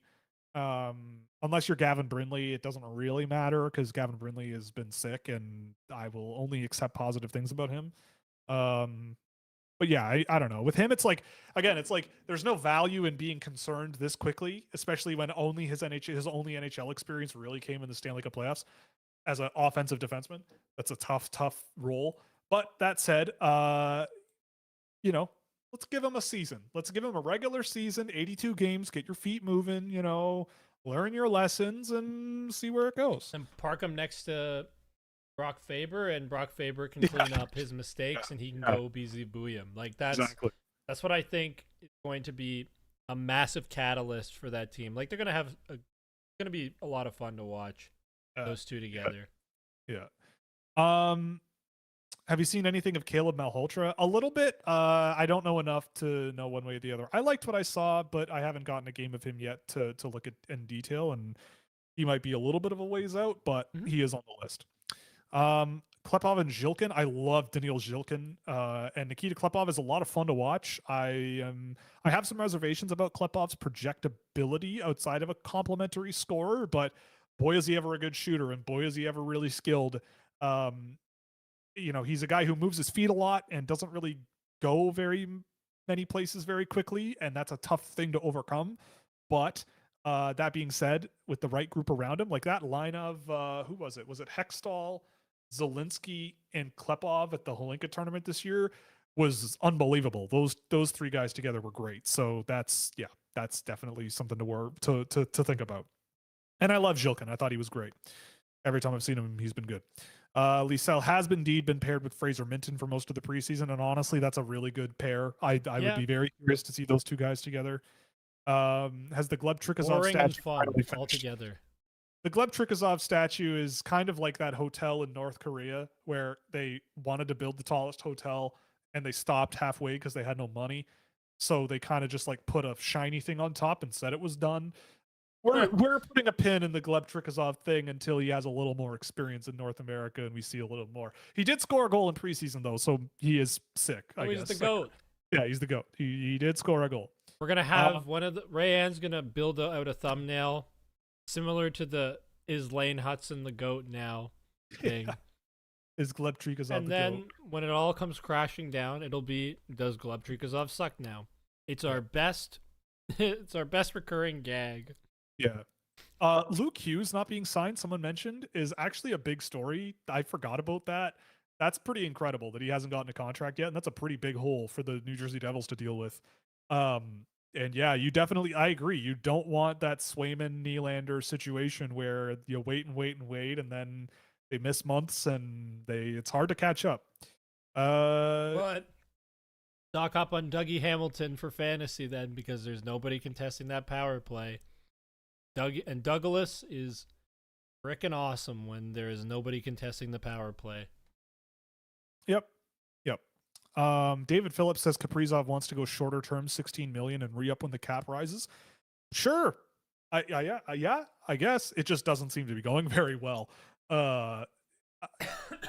Maybe that's, I mean, I'm not disputing it, but Kirill Kaprizov. Cap rise. Hey, there you go. Not that good, but I tried. It's pretty good. It's pretty good. I like it. My dad would like it, which means it sucks. Yes, I foolishly mistook Canada with the wrong shade of yellow around their neck at the Olympic of this year. I'm just so used to them winning it that when they don't, I forget. And a bronze medal though, I'll take it. It was a good tournament, good team. That U.S. team though was sick. I think they may be rushing Misa, but I mean, if but it not weren't really, it's preseason. If it weren't the Sharks, I would agree. But I don't know. I feel like the Sharks have done this with everybody. It's like we'll let them learn, we'll let them play. Everybody's going to get better. Nobody's on the outside looking in, and I don't know. I mean, they have very little center depth, and I feel like everyone around him is going to take a step forward. And like, if he can get the puck to a Tyler Toffoli in the offensive zone, then half the job is done because Toffoli can put it in the net. At least he used to. I don't know if he still can, but Jeff Skinner's also there. Like, these are guys that can score, and it'll be a learning curve. He's not going to be amazing right away, but I feel like it's a better position for him than going back to Saginaw and scoring 100 goals. And the NCAA maybe was what makes sense, but I think in the environment San Jose seems to be to be constructing, I could see it makes sense. And he's smart enough, and I think he's hardworking enough to make it work. He just might not blow the doors off the NHL, but no rookie blows the doors off the NHL. Let him learn, because he is really, really smart. As illustrated in the game tape video, go watch that. Yep. Go watch it after this. Go watch it after. Yeah, there you go. But I was the most impressed with, out of anybody breaking down their own tape, he was the guy that was far and away the most impressive to me, and just how he broke down things. And I remember he was kind of tentative. Maybe not tentative, but he was a little shy when we first started. I think he was a little nervous answering questions. And then after the interview, and I said, yeah, I'll make sure you look good, he kind of lightened up, but also he said after, yeah, it was a lot of fun breaking down that tape. So guy likes learning and watching hockey, clearly, and I'm excited to see what he can do. An NHL, a hockey player liked breaking down tape. That's amazing. No, he was thrilled. He's like, I'd love to do more of this. Yeah. You were there. Yeah, I was there. I remember. Then we got a message after. It's like, why were there 3 guys in the call with Michael? Well, because we want to get to know him a little bit. That's all. We're trying to evaluate him a little bit. But we ambush. Yeah, it's what we do. We ambush. Have you had the chance to watch Kornei Korneyev, the Kazakh kid? Not yet. With Victoriaville, was he traded already this season? Oh my god. Yeah, he was traded from Chicoutimi. That's fun. I have not seen him much. I've only seen Victoriaville as an opponent in one game, so I'll check him out because the game I did see, I noticed him one time. And we'll check on that. So he wasn't a very glittery player. Well, he was also the opponent, so I have no idea how many times he was on the ice at all. Fair enough. Thoughts on Pass as a prospect? I don't know. That just goes to show I don't know who you're talking about off the top of my head. It's just pass. I don't. Is that like seal? Like share? It the could one also name? have been like, I got a newer iPhone recently, and it auto corrects everything, and I hate it. Oh, okay. Gotta turn that gosh darn setting off. Yeah, maybe I am wrong. Maybe I got it wrong. But anyway, feel free to reinstate the question, and then we, yeah, Admit it, I believe. resubmit. Yes, resubmit. Re-ask. Re-up. Thoughts on Colin Fitzgerald? I'll track him eventually, but I did not think he was particularly. I track him. I'll impressive. track him eventually means, yeah, I'll do it because I have to. He's not a he's not a high priority for me. I didn't think he was particularly effective at the Holinka tournament. I thought he was outshined by a lot of other guys. He's big and he definitely was a physical player at that tournament, but in terms of like the finesse side of things and all that, I didn't really see it, but maybe he was just having a summertime sadness and just wasn't on his game, and we'll take a look. Oh, okay, it was a joke. Whenever you pass on answering about a prospect. Yeah, I guess there are some I could definitely pass on. Like anytime Tony asks me a question or That's a name not that I think is true. fake from Russia, like if there's a name like that I think is fake, I mean, That will pass on. David Phillips is the yeah, only person that is acceptable to pass on he's the pulling question. he's pulling that one out. Yeah. But I love you, Um, David. yes, we do. Treasured member of the community. Thoughts on Colin Fitzgerald? Oh yeah, we already answered that, but yeah, I'll take a look at him eventually. But I have a lot of other guys ahead of him on the priority list right now. But maybe I'll regret that in a couple of months. But we'll get to him. Mhm. Shout out Jonah Neuenschwander. Yeah, the Swiss kid, the 16-year-old now. He's 16. I think he playing in the top division. He He did isn't. last. He Right? sucks. Right. Yeah. Jonah, That's how it works, right? he's an 09. Yeah, he is. It looks like he's playing top division hockey this year. Okay, Two so he doesn't suck. He's two cleared games. the minimum like the. I mean, he played 15 games there last year. Fair enough, but he at least he's got no invited. he's no Ludwig Johnson. I tell you what. I've been watching a lot of King of the Hill this summer, by the way. Yeah, I've been watching a lot of South Park this summer and Dude, filling in Will on my experience with it.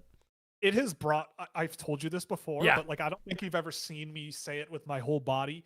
But it has brought me so much joy to listen to you live commentate the South Park episodes you're watching, because it's like I'm reliving my childhood, and I wish I could be going through that show for the first time and be able to binge it, because in my day we had to like read the TV guide and wait for the new episodes to come along, Oh, boo right? hoo. Every week, we had to wait. And I just get it off of Paramount Plus that You I just don't get pay it. for. My dad pays for it. One after the other. But seeing your live commentary has brought me lots of joy, and I very much The appreciate show is awesome. it is so good. It is in my top 2 television shows of all time. It is that and Community. I love those 2 shows so much. Yes, I could see that. Community's pretty good. He's pretty good. I've really enjoyed watching King of the Hill, though. As a homeowner now and as a human being that is in my 30s, it is It's the best. better. It's better. It's so much better. It's so good. I watched a bit of it as a kid on like Teletoon not at just- night. Yeah, it's not right. If you're a kid, it's not very good, I don't think. It's not very relatable. I didn't hate it, but it wasn't like Yeah, it's it fine. just Yeah. didn't land with me as a child. But I'm sure it'll land with me now. It lands with me for sure every day. Yeah, I remember watching a ton of Teletoon at night when I was a kid. Like I had this little terrible television in my bedroom, and I would like stay up and watch like Futurama, and American Dad was the one I liked the most out of those. Oh my God, you're an American Dad person. Yeah, it's great. I've never met one of those. I don't know what that is. No, I liked American Dad when I was a kid. Right. Like it's not incredible, but there's some funny episodes. Like the one where they go to Saudi Arabia is very rememberable. I see. Yes. Okay. But Uh, I Robot Chicken was kind of terrible. I don't get it. there was a time Robot Chicken. The thing about Robot Chicken, oh, I agree. Superstore is really funny. Superstore is good. My better half was watching that, and I watched some of it with her. I really liked what I saw of it. I should probably go and watch it, but that's a really good one too. I like that. Also, we watched The Paper, which is the Office spinoff that they came out with. I don't know. people are giving it some flack, but I liked it a lot compared to the first season of The Office. It's pretty good. And Domhnall Gleeson rules. He is awesome. And the only thing I don't like about that show, and people who I don't know if anyone has seen that show in the chat, but like I have the the theme song, it is as if someone got a cue sheet from the producers of the TV show and it just said redo the Office theme, but kind of, sort of, but not really, but still the Office theme. It is the worst. We skip through it. We skip it every time. We skip through it because we're like, this is awful. Like, you're supposed to separate yourself from the show you're spinning off a little bit more than that. I mean, come on. You know, the only actor who's in it that was in The Office is Oscar, and the way that they've integrated him, I think, is really funny and really good. But in any case, it's really good. There's been some good TV. Oh, My Name Is Earl. That's another one. I've never really gotten into that one, but I've heard it's very, very good. But yeah, do you think Ethan Belchetz has enough skill to justify a top 5 the pick? one guy we have a live viewing of together from this class, remember? Oh, right. Yeah, we went to the Steelheads game last. OHL games, yeah. I remember going there. It's like, look at this big boy. Is what you said. Look at that big boy. That big boy. Yep, big boy. He's probably gonna go really high in next year's draft. I'm like, is it only because he's big? And think you said something to the effects of kind of. Sort of. I think it was like kind of, yeah. Kind of. I don't know, honestly. I like Jordan Millette. If you're listening, plug your ears. But I kind of like Ethan Belchetz. But oh no! Like Gavin, you can't McKenna, like big people. It doesn't work like that. Yeah, that's true. But like Gavin McKenna, though, I think he has limitations that are gonna be tricky. Like, he is not. How can you be limited when you're that big? That's true, right? But like, the thing is, like, he is very strange. I like what he does very well, which to me is like, you give him the puck at the offensive blue line and he's already in motion. He can do crazy stuff with his skill level for a big guy like that. He goes to the net. He's got great hands in tight.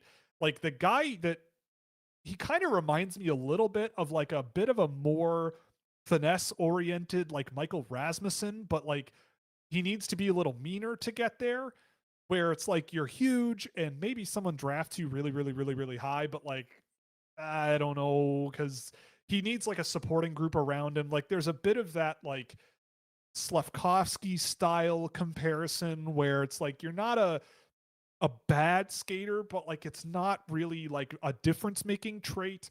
The skill level is good, but is it a difference making trait at the pace of the NHL? Really good scoring area generator type guy, but I don't know. He is on the list for tomorrow, though. So on Thursday, I'll have a much better insight into Ethan Belchetz. He's in my first round, so it's not like I really can't stand him. But I think he's a little bit limited as he is now. But still good, like a good player for what he is. And it's just like what he is, like, as is the case with every single player ever.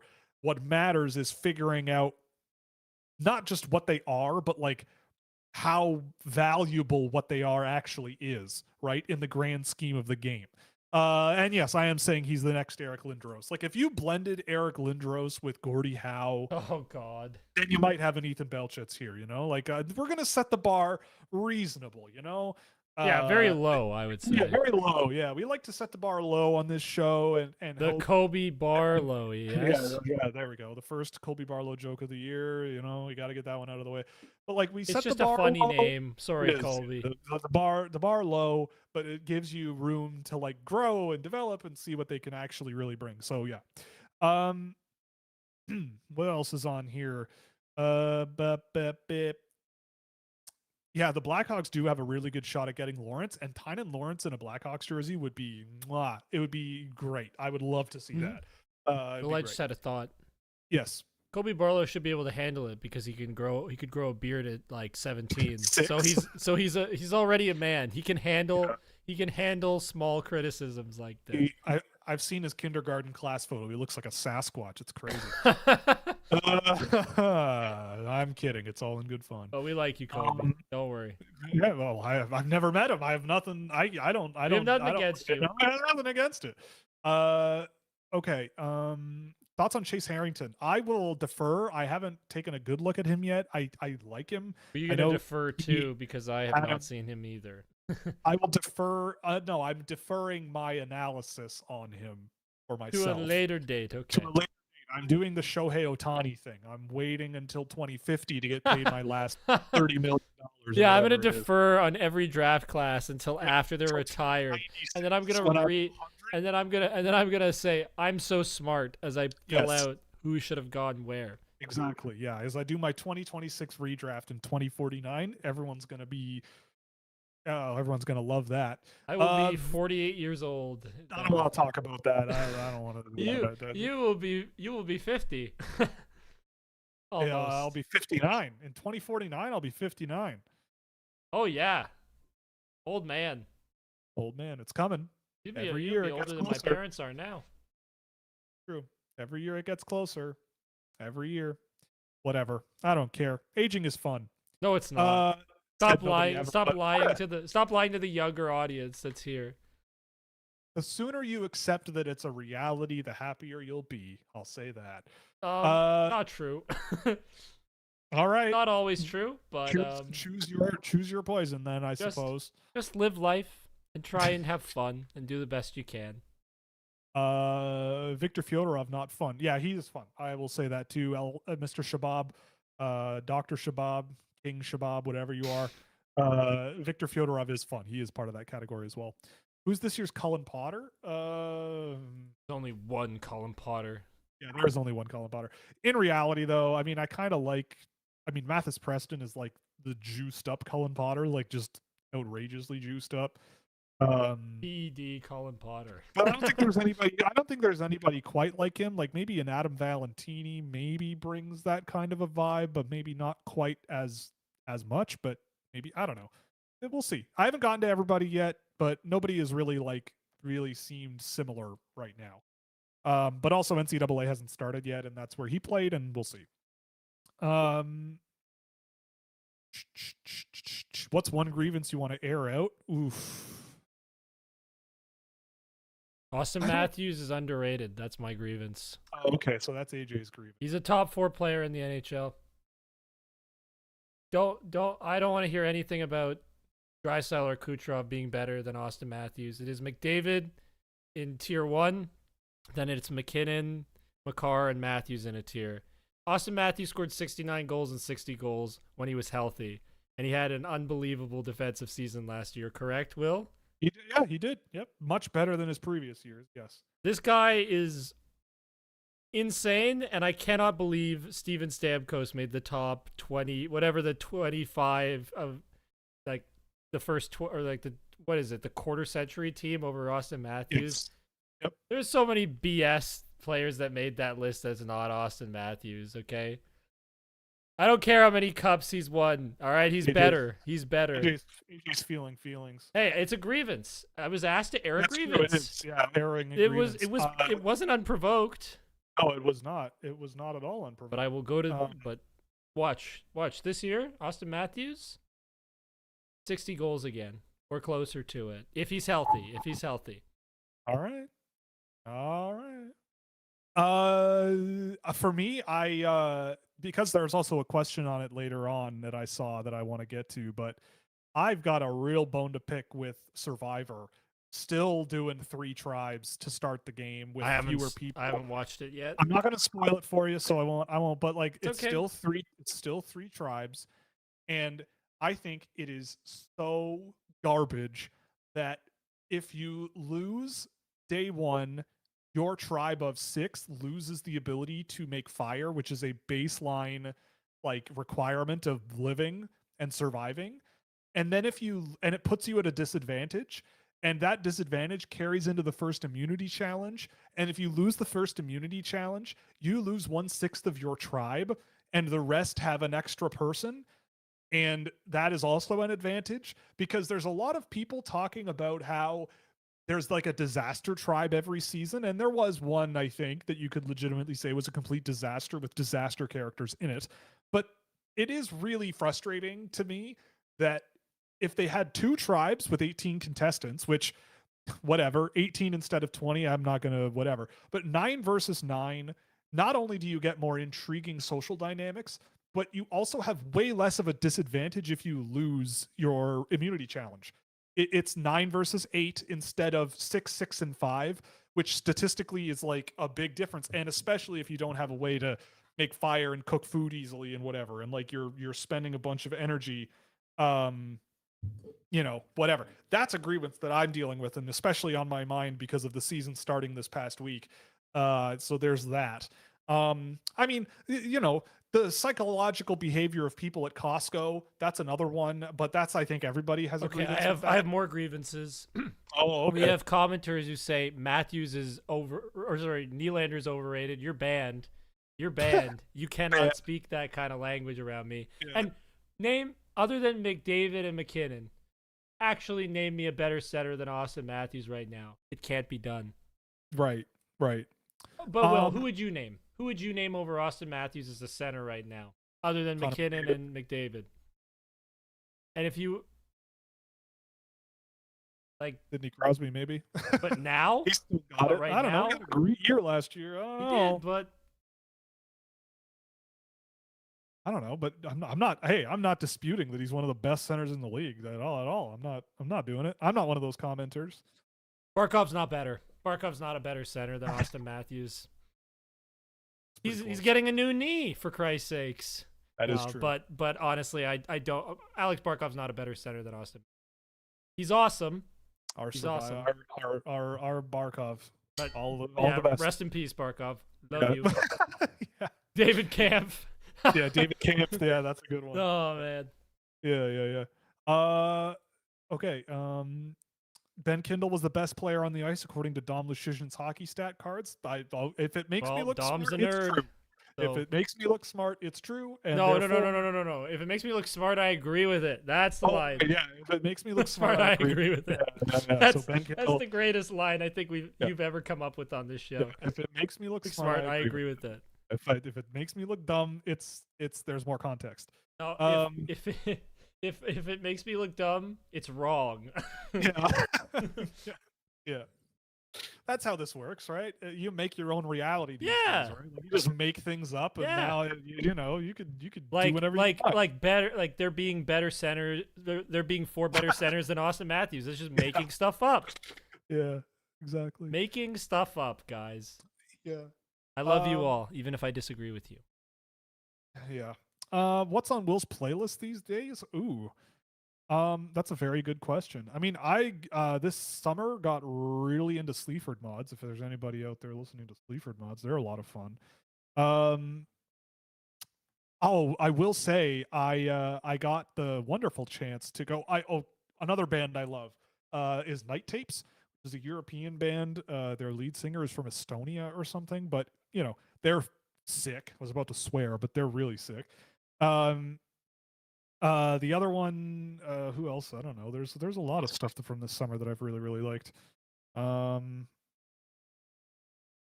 Yeah, I don't know. But in this summer, I did get the opportunity very happily to go to Rogers Stadium in Toronto, right? That's the outdoor one. I went 3 times this summer. And every concert was great. There was a lot of criticism when it first got going, but all 3 I went to, especially the last 2, were phenomenal. I went to one of the Coldplay dates, which was an amazing concert. I don't care what anybody says. Those guys know how to put on a show. And saw System of a Down on the second night, and they went on at 10:30 at night, but they played until like midnight, and that was great. And I saw Hosier, who I didn't really know much about. We went with friends, and he was also excellent. I didn't really know much about him. I always saw him as the I'll take my whiskey neat guy, but that guy can play. That guy knows how to write a song, and he is legit. That guy was sick. How do you pronounce Doman Shgoth's name? Yeah, Doman Christian Shgoth. I have no idea. And they don't have commentary on Finnish hockey in the junior league, so I don't know. This is a name I'm not sure is real. So I'm gonna Google it first. It is not real. No, it is real. How does this? I don't know what's happening. Oh, he is a real player. He is a person. Okay. Innokenty Sidorov, an 09 playing in Russia. I mean, the 09s in Russia are really good. I've seen a bunch of them play. They're really good. This guy was not part of that group, so I don't know. But he's 5'11", 218 pounds at 16 years old. So that's wild. That's cool. I don't know what that's all about, but I want to see that now. Now that anyway, Cooper Williams thoughts. Another guy that I'll have a better read on in a couple of days. I haven't gotten to him yet. Haven't seen much of him. I like him. Like, he's smart, pretty capable player. I saw him at the Olinka, but I'm gonna see him in detail in a couple of days, if not tomorrow. Thoughts on Rubrek and Rudolph? Same thing. Rudolph especially. I'd say Rubrek, I kind of feel similarly to him as I do about Belchets. They're kind of different coins, different sides of a coin of each other. Belchets or Connor Geeky? Probably Geeky, honestly. Geeky's a center. I think he's, a better 200-foot instinct guy, better physical player. So I probably lean Geeky. Another name I just don't believe is true. I just don't believe this person is real. I get it. Aha, I found it. I got it. It's Kirill Kaprizov backwards. Aha. There we go. Took you that long to figure it out, eh? Yes, it did. Yes. I never claimed I was smart. It's just things that make me look smart are real. And are correct. No, you claimed you were smart today, actually, when I was claiming that I was told I was a smart kid, remember? Yes, that's true. I was doing algebra in grade 6. So, yeah, I was that kid. Nerd. Yeah, I was, yes. Nerd alert. Montessori school for the right kids, man. You go far.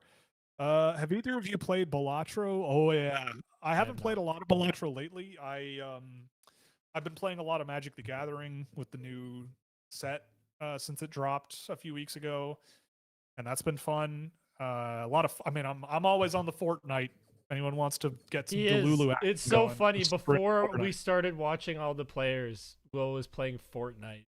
Yes, I was. Yeah. Hey, I can't track games all day long. I got to take 20 minutes to. He's got to get his brain rot in somewhere. Yeah, I got to get my brain rot in. I got to do my 20 minutes playing as Sabrina Carpenter doing the Numa Numa dance as I got eliminated and finished 40.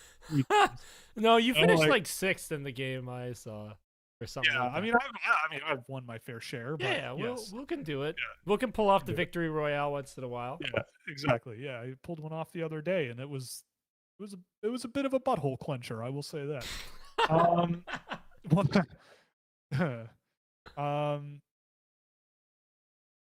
What else is in here before we go? Yes, AJ is a top 5 delusional fan. No, yes, I'm not. I agree. Yes, he is. I'm just smarter than everybody else, and nobody else realizes it.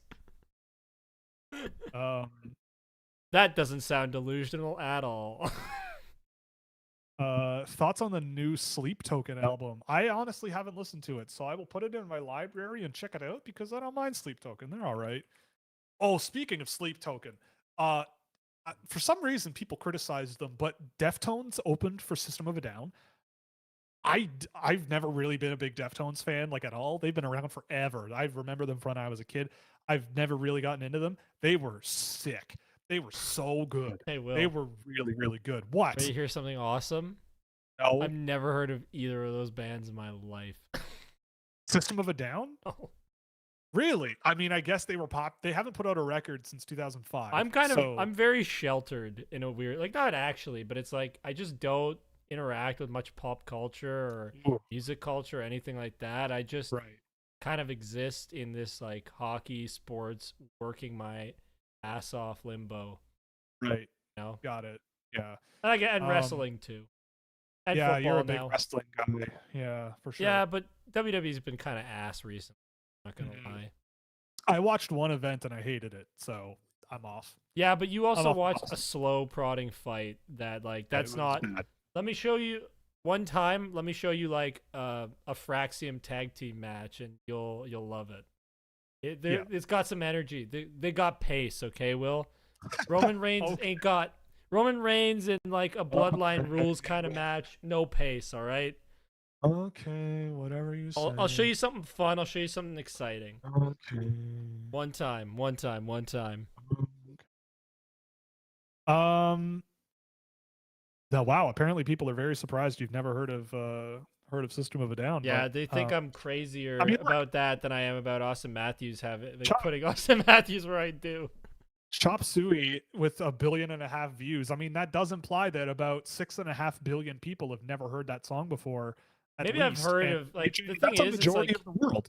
the thing is, it's like there's a good chance I've heard a song or two, but it's just I can't put anything to it because it's not something I focused on. Like anytime, like my mom was not that she was very strict with music that listened, but anytime she didn't like something on the radio, you just changed it right away, and it's like even if I was sort of enjoying whatever it was, no, it's gone. So Right. I grew up very much like. Like a lot of my music taste is very similar to my mom because my mom was driving me places all the time, and whatever she wanted to listen to, I had to listen to. But a lot of the times, I liked it. Yeah. What's a hill you'll forever die on when it comes to sports? I Ooh. already died on my hill. Yeah, you die on a lot of hills. Well, that means I have a lot of lives, I guess. That's true. Yeah, you're like a cat. Yeah, that's true. Man, oh. Rocket League should be an Olympic sport. Go to hell. You don't believe that. No, I don't. I don't know. Oh, I know what we can do. Yeah. We die on the hill that Gavin McKenna is not the #1 pick this year, and then we just end the stream abruptly. Yeah, okay.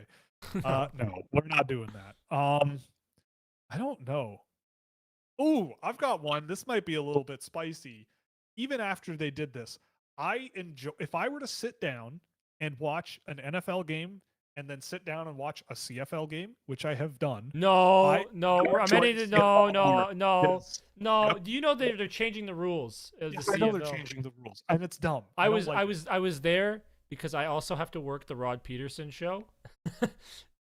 I have to take the commercial breaks, and I'm glad I get paid to do that job, okay? Because Rod talks about nothing the entire time. He just rambles. And you know what? Rod seems like an awesome human being to be around every once in a while.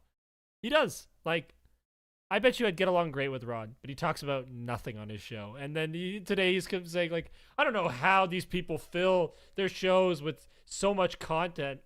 Because they don't get fixated on one stupid thing the entire time, man. It's okay. I'm sorry. Well, I'm sorry. I'm sleep deprived, and I have to do that every single day. Yeah, but no. The point I'm trying to make. You're nuts. Well, you can disagree. You're allowed to. You are nuts. It's such a stupid, wacky game. I'm sorry. Nope. Disagree. The NFL is way more fun. No, infinitely more fun. No, it is not. Yes, it is. What is this? What is this BS about a Rouge? The Rouge is the stupidest thing. I can't even fully explain it to you because they're changing it even. It's like, it's so dumb. All I said was that if I had to watch one of either, your opinion is wrong. I am always more entertained by the CFL game. As my religion teacher said, your opinion is wrong. Well, that makes sense because it's a religion. Exactly. That's how it works, right? Well, your opinion is wrong.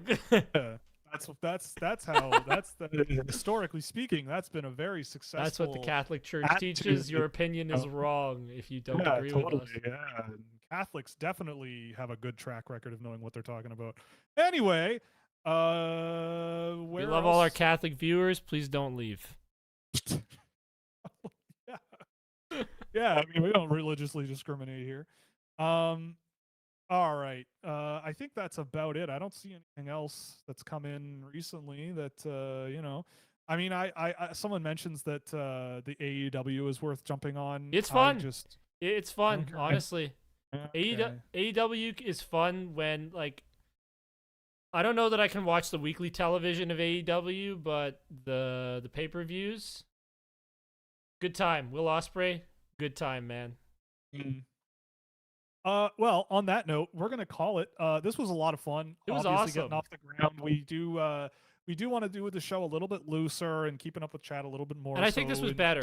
I like this better, honestly. It's fun. You know, it's good. It's a good time. If you want to help us out, you can obviously subscribe to the channel if you haven't already. Drop a like on the video. That'd be a lot of fun. We're also going to be doing a lot more like clips and short segments from the live shows in between show days. So if you miss a show, we'll probably have whatever was good that came out of the show, if anything. Whatever AI determines is good. Whatever AI determines is good, we will put it in the show. Whatever AI slop feeds you. Hey, the AI slop did well for me over the summer. I know it did, which is great. So I'm thrilled.